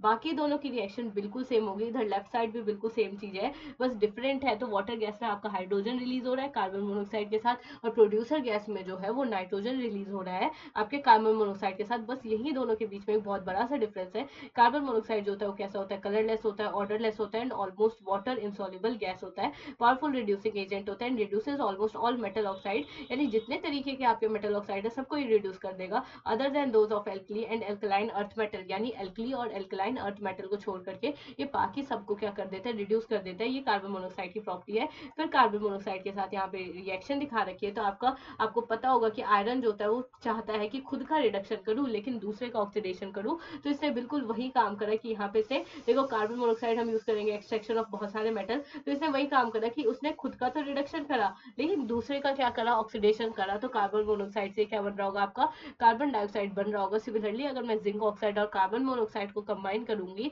तो फिर आपका जो है वो जिंक प्लस में कार्बन डाइऑक्साइड ये बन जाएगा। इस तरीके से आप थोड़ा सा समझ सकते हो। फिर इन्होंने बोला कि because of the presence of the lone pair on carbon, carbon monoxide molecule act as a donor, यानी कार्बन मोनोऑक्साइड का मॉलिक्यूल है वो एक्ट करता है किसकी तरह, डोनर की तरह, एंड रिएक्ट करता है कुछ मेटल के साथ when heated to form metal carbonyl, यानी जब मैं इसे गर्म करती हूँ तो ये कहीं ना कहीं किसका फॉर्मेशन करता है, मेटल कार्बोनाइल का फॉर्मेशन करेगा।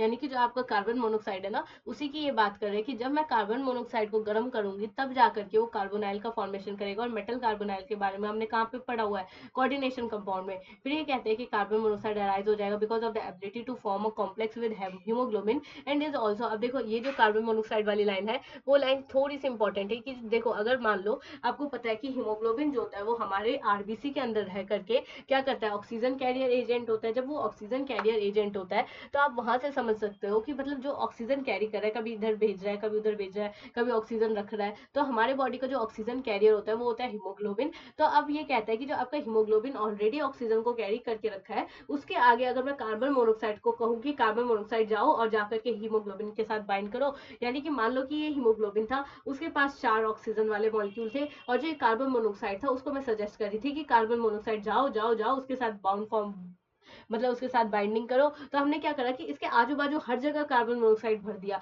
जब इसके आजू बाजू हीमोग्लोबिन के अराउंड सारे जगह कार्बन मोनोक्साइड हो गया तो हीमोग्लोबिन एक एक बार में ही तैयार हो गया कि सारे ऑक्सीजन को उसने भगा दिया, और जितना कार्बन मोनोक्साइड था उसके साथ वो क्या कर गया, बाइंड कर गया। और जो ये वाली बॉन्डिंग होगी वो बहुत ज्यादा स्ट्रांग होगी आपके हीमोग्लोबिन और कार्बन मोनोक्साइड से। और इसकी वजह से क्या दिक्कत होगी, अब आप आसानी से, अब जो भी वो पर्सन होगा जिसके अंदर ये कार्बन मोनोक्साइड गैस गई है वो आसानी से सांस नहीं ले पाएगा, और ज्यादा सीवियर केस में फिर उसकी क्या हो जाती है, डेथ हो जाती है। फिर ये वही वाली चीज ये कहते हैं मोर स्टेबल हो जाएगा देन ऑक्सीहीमोग्लोबिन कॉम्प्लेक्स।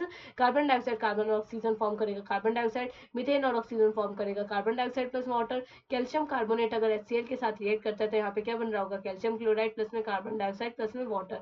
सिमिलरली जो आपका H2CO3 है वो वाटर के साथ रिएक्ट करता है, तो पहली बार करेगा तो HCO3 नेगेटिव एंड साथ में H3O पॉजिटिव बना रहा होगा। फिर आपका जो HCO3 नेगेटिव है वो अगर वाटर के साथ कंबाइन करेगा तो फिर क्या, मतलब हमें मेनली क्या करना है कि जो इसका हाइड्रोजन है ना, क्योंकि मेरे को पता है कि ये जो है वो एसिडिक है, ठीक है, यहाँ पे भी लिखा है कि that it is dibasic acid, और एसिड का काम क्या होता है, हाइड्रोजन रिलीज करना। हाइड्रोजन रिलीज करेगा तो ये एक हाइड्रोजन इसके पास कम हो जाएगा, फिर दूसरा हाइड्रोजन भी रिलीज कर देगा तो इसके पास वो भी कम हो जाएगा। तो इस तरीके से होगा। अब अगर मैं आपसे पूछूं कि जो ऊपर वाला ये वाला एलिमेंट और ये वाले एलिमेंट में से ज्यादा एसिडिक कौन है, तो आपका आंसर आएगा कि जो ऊपर वाला एलिमेंट है वो ज्यादा एसिडिक है। रीजन इज दैट कि उसके पास है हाइड्रोजन, तो वो आसानी से क्या कर सकता है, अपना हाइड्रोजन डोनेट कर सकता है। लेकिन CO3 नेगेटिव जो है उसके पास कोई हाइड्रोजन नहीं है तो वो डोनेट नहीं कर सकता, सिंपल सी बात है। फिर इसके साथ अगर हम आगे बढ़े तो हम कहते हैं कि carbon dioxide which is normally present to extend that is 0.03% by volume in the atmosphere is removed from it by the process known as photosynthesis। अभी थोड़ा सा इन्होंने photosynthesis का प्रोसेस बताया है जो कि हम 6 क्लास में या 8 क्लास में पढ़ते हैं। That is carbon dioxide plus में वाटर जो होगा वो आपके मतलब जो आपका लाइटिंग वाला रिएक्शन होता है उसके साथ क्या बना रहा होगा, C6H12O6, और साथ में ऑक्सीजन का मॉलिक्यूल बना रहा होगा। फिर इसके बाद जो है वो आपका कौन सा इफेक्ट हो जाता है, ग्रीन हाउस इफेक्ट के भी बारे में इन्होंने बात की है। ग्रीन हाउस इफेक्ट क्या होता है, ग्रीन हाउस इफेक्ट मेनली तब होता है जब आपका कार्बन डाइऑक्साइड एक्सेस होता है। अब इसमें कहते हैं कि डिकम्पोजिशन ऑफ लाइमस्टोन, लाइमस्टोन मतलब कैल्शियम कार्बोनेट होता है इसका formula, for cementing manufactures is recent year seem to increase the carbon dioxide content of the atmosphere. यानी कि जो आपका कैल्शियम कार्बोनेट है जो हम लाइमस्टोन जब बनाते हैं, मतलब ये कहते हैं कि जब हम मेनली लाइमस्टोन फॉर्मेशन करते हैं अपनी सीमेंटिंग इंडस्ट्री के अंदर, तो क्या होता है कि उस वक्त बहुत मतलब आजू बाजू जो होता है वहाँ पे कार्बन डाइऑक्साइड का बहुत ज्यादा फॉर्मेशन होता है। और ये जो कार्बन डाइऑक्साइड है वो हम किस लिए यूज कर रहे होते हैं, आपके लाइमस्टोन के अंदर, मतलब ये यूज कर रहे होंगे ताकि आपका लाइमस्टोन जो है वो बन सके। फिर ये कहता है in green house effect and thus raise the temperature of the atmosphere which might have serious consequences. यानी कि ग्रीन हाउस इफेक्ट तो है ही, साथ में कुछ टेम्परेचर बढ़ेगा एटमोस्फेयर के अंदर, कुछ अच्छे अच्छे चीजें देखने को मिलेगी, सीरियस कॉन्सिक्वेंसेज देखने को मिलेंगे। फिर जो है वो अगला जो है वो carbon dioxide as a dry ice बोला है, जो नॉर्मली पहले अब भी नॉर्मली दिखाया जाता है। पहले तो जब हम पढ़ते थे, मतलब जब हम अपने टाइम में पढ़ते थे तो हम इसमें ड्राई आइस का एग्जांपल क्या लेते थे कि उस वक्त एक वीडियो बहुत वायरल हुआ था। वो वीडियो ऐसे वायरल होता था कि पहले मतलब जो भी एक कोई सा इतनी इतनी सी चीज रहती थी वो आइस क्यूब ही रहती थी, उसको जैसे इंसान मुंह में डालता था वैसे ही उसके मुंह से बहुत सारा धुआं निकलता था। तो ये एक एग्जाम्पल हो गया ड्राई आइस का। ड्राई आइस में एक्चुअली क्या होता है कि जो आपका जो आइस रहता है वो सॉलिड फॉर्म में है, और ये डायरेक्टली सॉलिड फॉर्म से आपके गैशियस फॉर्म में बनेगा। और जब ये गैशियस फॉर्म में बन रहा होगा तो वो चीज जो होगी वो आपकी क्या होने वाली है, बहुत ही ज्यादा मतलब बहुत ही ज़्यादा वो फिर आपका जो होता है वो धुआँ क्रिएट करती है। लेकिन आजकल के टाइम में इसका एग्ज़ाम्पल है, बस दूसरे फॉर्मेट में। दूसरे फॉर्मेट में क्या है कि आजकल जो नॉर्मली शादी होती है, उसमें भी आपने देखा होगा कि आजू-बाजू जैसे भगवान के टाइम में नहीं होती थी कि एकदम मतलब धुआँ-धुआँ सा रहता था आजू-बाजू, तो अब वैसे ही मतलब उस तरीके का डिज़ाइन बनाते हैं। तो उसके अंदर भी जो आपका कंटेनर रहता है, उसके अंदर भी पूरा ड्राई आइस का कांसेप्ट लगाया है। बस ये है कि उन्होंने फॉर्मेट बदल दिया है आपके ड्राई आइस वाले को। बस यही कांसेप्ट है ड्राई आइस का। बस ये ध्यान रखो कि जब आपका डायरेक्टली सॉलिड जो होता है वो सब्लाइम होता है, सब्लाइम ऐसे होता है कि वो डायरेक्टली गैस में सब्लाइम होगा, तो वही वाला केस यहाँ पे बन जाता है। Gases carbon dioxide is extensively use to carbonate soft drinks being heavy and non supporter of combustion is used for as a fire extinguisher. अब इन्होंने ये सारे फीचर्स यहाँ पे दे रखे हैं, दैट इज CO2 जो भी है मॉलिक्यूल। अब ये क्या होता है कि ये जो डबल बॉन्ड होगा वो कहीं ना कहीं इधर की तरफ शिफ्ट होगा, and you will get your ये वाला आंसर मिलेगा। फिर एट लास्ट जो होगा वो आपको ये वाला आंसर मिल रहा होगा। फिर इन्होंने बोला सिलिकॉन डाइऑक्साइड जो होता है वो कहीं ना कहीं क्या होता है 95%। अब थोड़ी सी सिलिकॉन की कहानी भी पढ़ लेते हैं। तो सिलिकॉन भाई साहब कहते हैं कि हमारे पास 95% जो है वो अर्थ क्रस्ट है, वो मतलब सिलिकॉन से ही बना हुआ है। सेकेंड मोस्ट अबंडेंट एलिमेंट जो है वो आपका सिलिकॉन है। अब सिलिकॉन के अलग अलग फॉर्म होते हैं, जैसे सिलिका हो गया, सिलिकेट हो गया, सिलिकॉन डाइऑक्साइड हो गया, और भी बहुत सारे फॉर्म है। तो अब ये कहते हैं कि जो आपका क्वार्ट्स है, क्वार्ट्स जो होता है, क्वार्ट्स क्रिस्टोबेलाइट हो जाएगा, ट्राइमेडाइट हो जाएगा, एंड सिलिका हो जाएगा। ये सारे के सारे इसके टाइप्स हो जाते हैं। ये सारे के सारे नेचर जो होते हैं उनका कैसा नेचर होता है, इंटर कन्वर्टेबल नेचर होता है।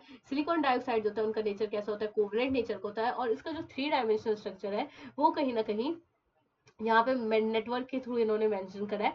ये ध्यान रखना है कि जो आपका सिलिकॉन है ना वो कितने ऑक्सीजन के साथ बाइंड है। अगर इसे स्ट्रक्चर के हिसाब से देखो तो एक दो और फिर आगे फर्दरली और ज्वाइन होगा, यानी कम से कम आपका जो एक सिलिकॉन है वो आपके 2 ऑक्सीजन के साथ ज्वाइन है।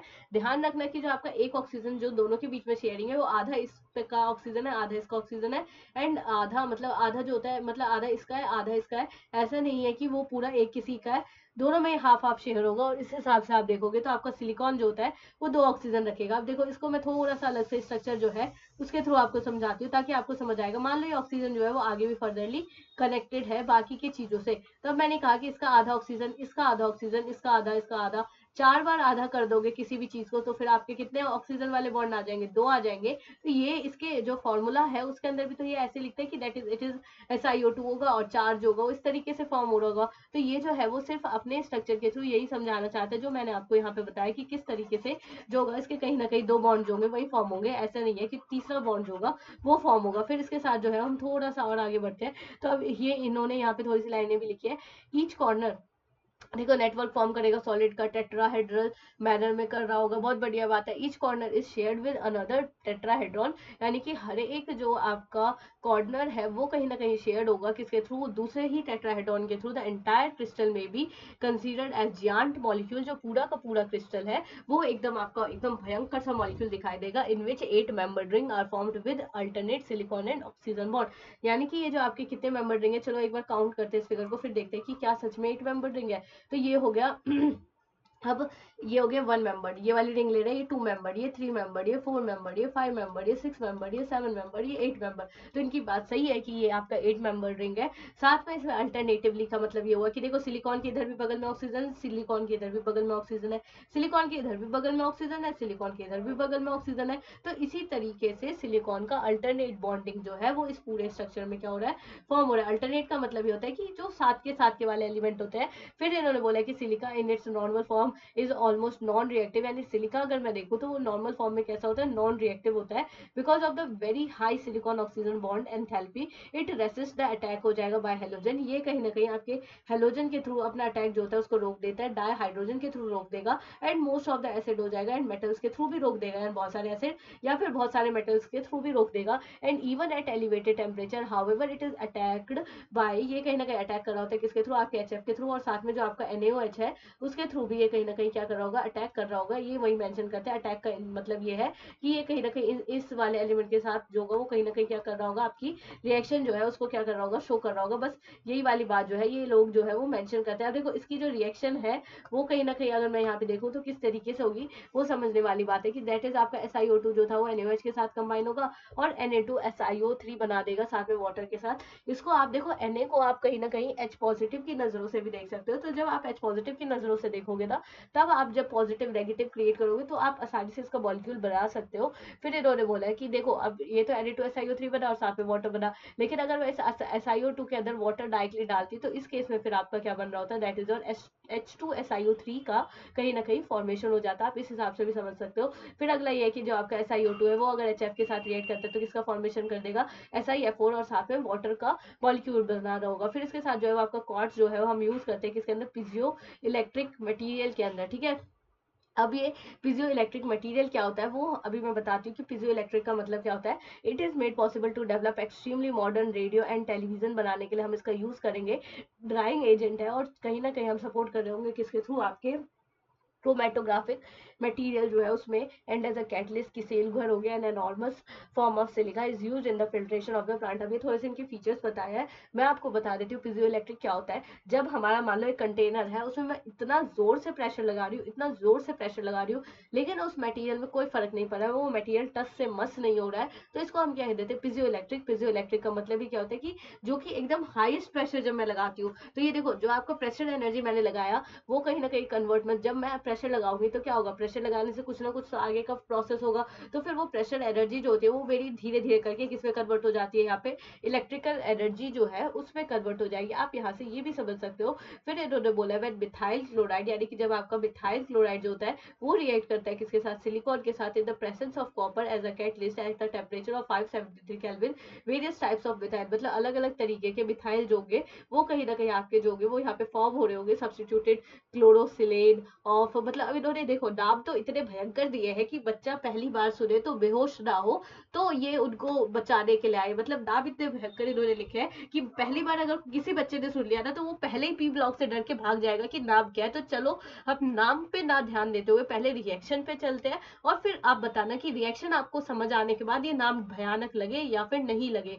तो मैं ये कहती हूँ देखो ये रिएक्शन है सिंपल, बहुत ईजी है रिएक्शन, कुछ नहीं करना इसमें, सिंगल चीज भी नहीं करना। नॉर्मली क्या करना है, देखो CH3 है आपका, कोई सा भी हेलो एल्केन यहाँ पे मेंशन है, इसमें आप सिलिकॉन दे रखा है इन द प्रेजेंस ऑफ आपका कॉपर पाउडर दे रखा है, ठीक है। अब क्या करना है आपको, जब देखो यहाँ पे आपको क्या दिख रहा है, दो मॉलिक्यूल दिख रहा है, तो जब आप दो से इस पूरे चीज को मल्टीप्लाई करोगे तो आप देखोगे कि जो आपका CH3 होगा वो भी डबल आ जाएगा और जो क्लोरीन होगा वो भी डबल आ जाएगा। बट आपका सिलिकॉन का मॉलिक्यूल जो होगा सिंगल होगा, और सिलिकॉन आपको पता है कि थोड़ा सा पॉजिटिव नेचर होता है इसके पास, तो ये जाके इन दोनों के जस्ट बीच में जाकर के लग जाएगा। अब ये इसके बीच में जाकर के लग गया, तो अब मैंने क्या करा कि जो आपका क्लोरीन था ना बच्चे, उस क्लोरीन को मैं यहाँ पे रिप्लेस करूंगी आपके किसके थ्रू, वाटर के OH नेगेटिव के थ्रू। तो ये जितने भी क्लोरीन इसके पास थे वो रिप्लेस होकर के यहाँ पे क्या हो जाएंगे, जो आपके सिलिकॉन के नॉर्मली OH होते हैं वो वाले मॉलिक्यूल यहाँ पे आ जाएंगे, and this will lead to the formation of आपका ये वाला मॉलिक्यूल बन जाएगा एट लास्ट। फिर मैं ये बोलती हूँ कि जो आपका मतलब ये था CH3 का होल ट्वाइस है, SI है, और OH का होल ट्वाइस है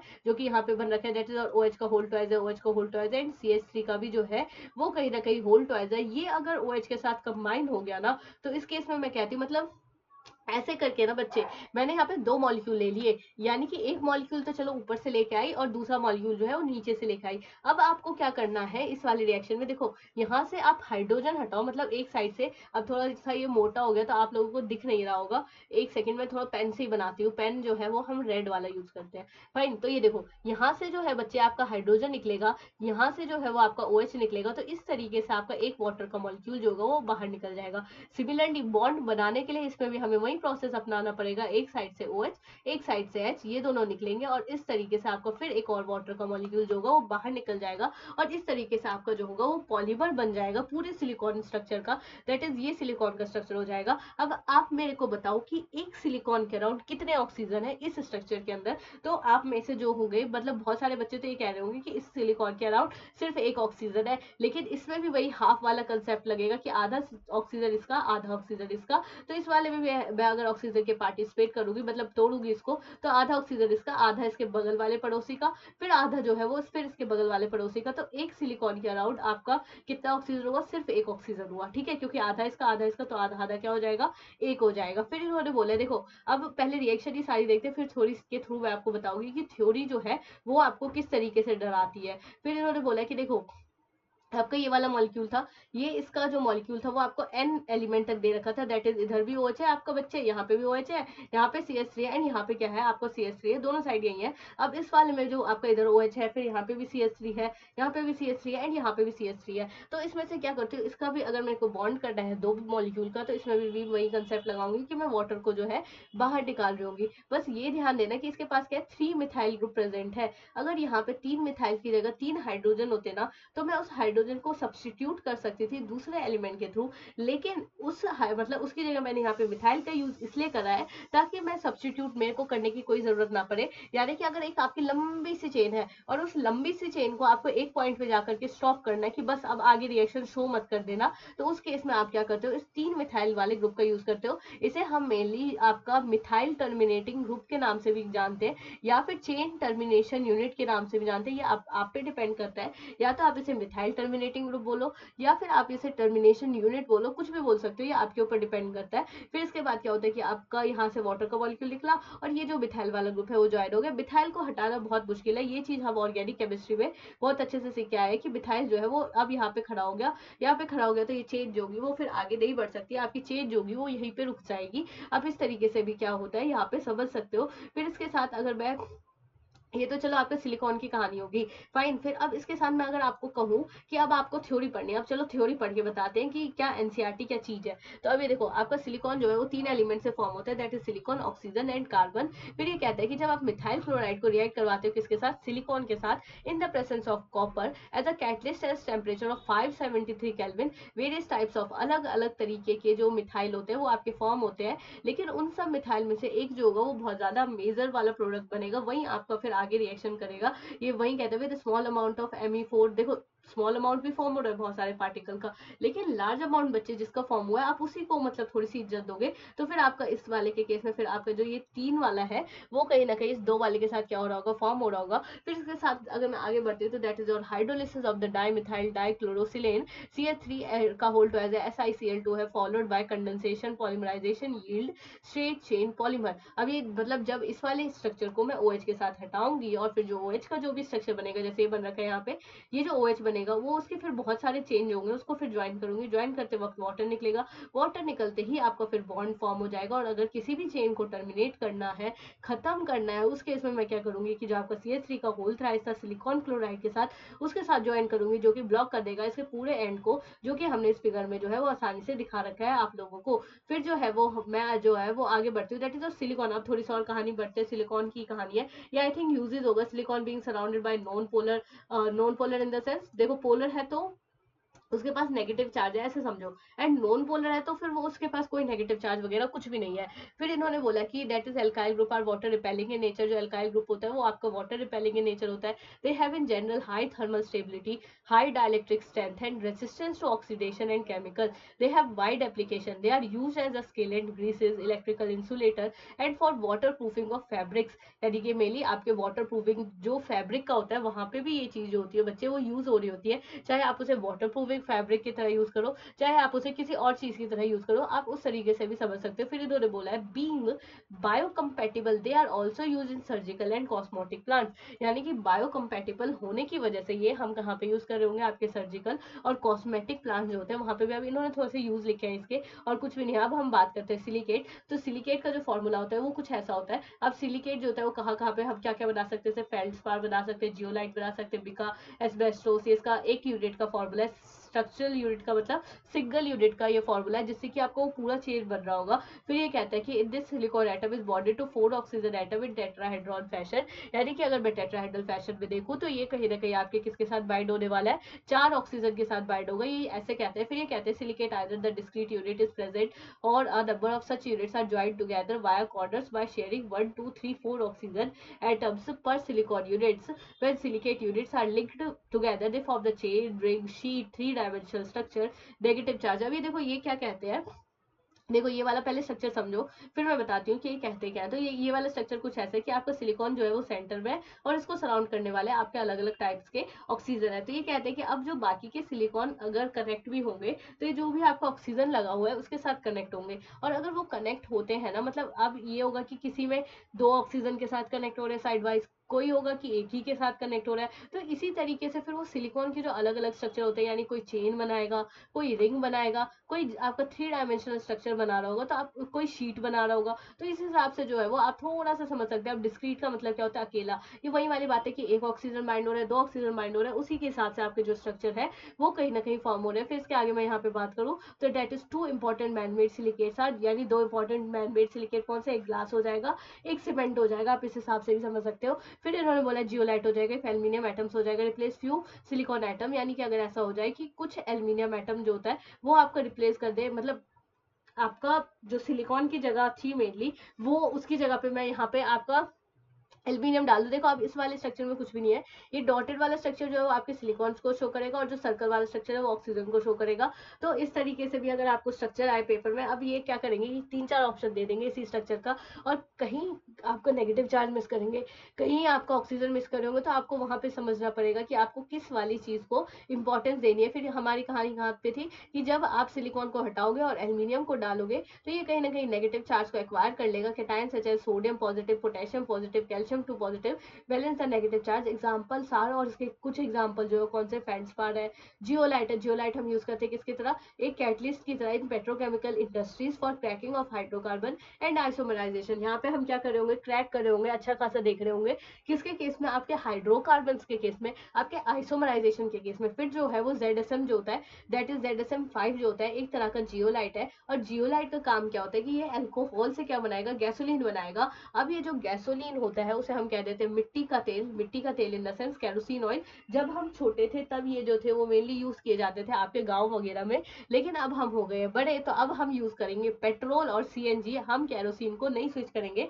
लेकिन पता लग रहा है कि आपका पेट्रोल और कैरोस मतलब पेट्रोल और CNG है वो भी महंगा हो रहा है, एंड इवन आपका LPG गैस भी जो है वो आज के टाइम में क्या हो रहा है, महंगा हो रहा है, उसकी कमी हो रही है। कमी इसलिए हो रही है क्योंकि हमारी पॉपुलेशन इतनी ज्यादा बढ़ चुकी है कि अब हमारा जितना अवेलेबल था वो चीज भी अब हमें क्या कर पड़ रही है, कम पड़ रही है। तो यही इसका एक मेन रीजन है। लेकिन हम उस कंसेप्ट को भूलते हुए यहाँ पे कैरोसिन तक आते हुए ये कहते हैं कि अल्कोहल से अगर आपका गैसोलीन बन रहा है, कैरोसिन, तो इस केस में जो होगा वो गैसोलीन का मतलब क्या हो गया, कैरोसिन हो गया। अब ये वही चीज है कि hydrated zeolite are use for ion exchange in softening of hard water. अब जो ZSM में अगर मैं पानी मिला दूं तो इस पानी को अगर मैंने मिला दिया तो हम इसको यूज करेंगे किसकी तरह, एक आयन एक्सचेंजर की तरह, किसके लिए, हार्ड वाटर की तरह। तो बच्चों आज का चैप्टर यहीं पे होता है ओवर, लेकिन अब ये चैप्टर ओवर के साथ आपकी प्रैक्टिस होती है स्टार्ट।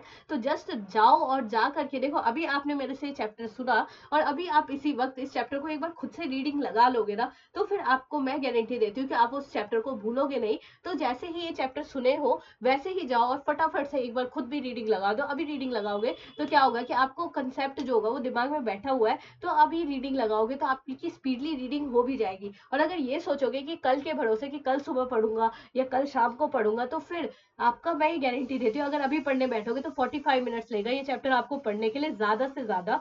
लेकिन अगर आप कल जाते हो तो कल आपका 1 घंटा या सवा घंटा ये चैप्टर इजीली ले लेगा। तो आपको ये डिसाइड करना पड़ेगा कि अब अभी आपको लास्ट मोमेंट पे किस पाथ को चुनना है, किस तरीके से आगे मतलब काम करना है, कॉन्टिन्यूटी मेंटेन करनी है। तो आई होप आप लोग जो है वो अब इसे फटाफट जाके पढ़ोगे इस चैप्टर को। तो मिलते हैं बच्चों अगले वीडियो में। अगले वीडियो में हम जो होगा वो आपकी और NCERT लाइन बाय मतलब मैं जो होगा वो NCERT लाइन की और भी कहीं ना कहीं सीरीज लेके आऊंगी जो कि आपके लिए बहुत ज्यादा इंपॉर्टेंट है। उसमें हो सकता है कि अब मैं आपके ऑर्गेनिक केमिस्ट्री के ऊपर मेनली फोकस कर रही हूँ, क्योंकि जो आपका हाइड्रोकार्बन चैप्टर है वो तो सबसे ज्यादा भयानक चैप्टर होता है बच्चों के लिए, और जो उसका जो पहला पार्ट है जिसमें हम ऑर्गेनिक केमिस्ट्री का इंट्रो वगैरह पढ़ते हैं वो भी बहुत ज्यादा भयानक लगता है बच्चों को। तो फिर अब हम जो होगा वो उसी सेशन के साथ मिलेंगे। अगर आपको किसी भी चैप्टर में और भी कोई सा एक सिंगल डाउट भी आता है तो यू कैन कमेंट में, मैं फिर उसके लिए आपको आपके लिए बेशक से अलग से वीडियो बनाऊं, कैसे भी बनाऊं लेकिन बना दूंगी। लेकिन एक बार काम आपका है कि एक बार मैसेज करना तो आपका बनता है अगर आपको एक छोटा सा कंसेप्ट भी क्लियर नहीं होता है। तो बच्चों मिलते हैं फिर अगले सेशन के लिए, तब तक के लिए बाय बाय बच्चों।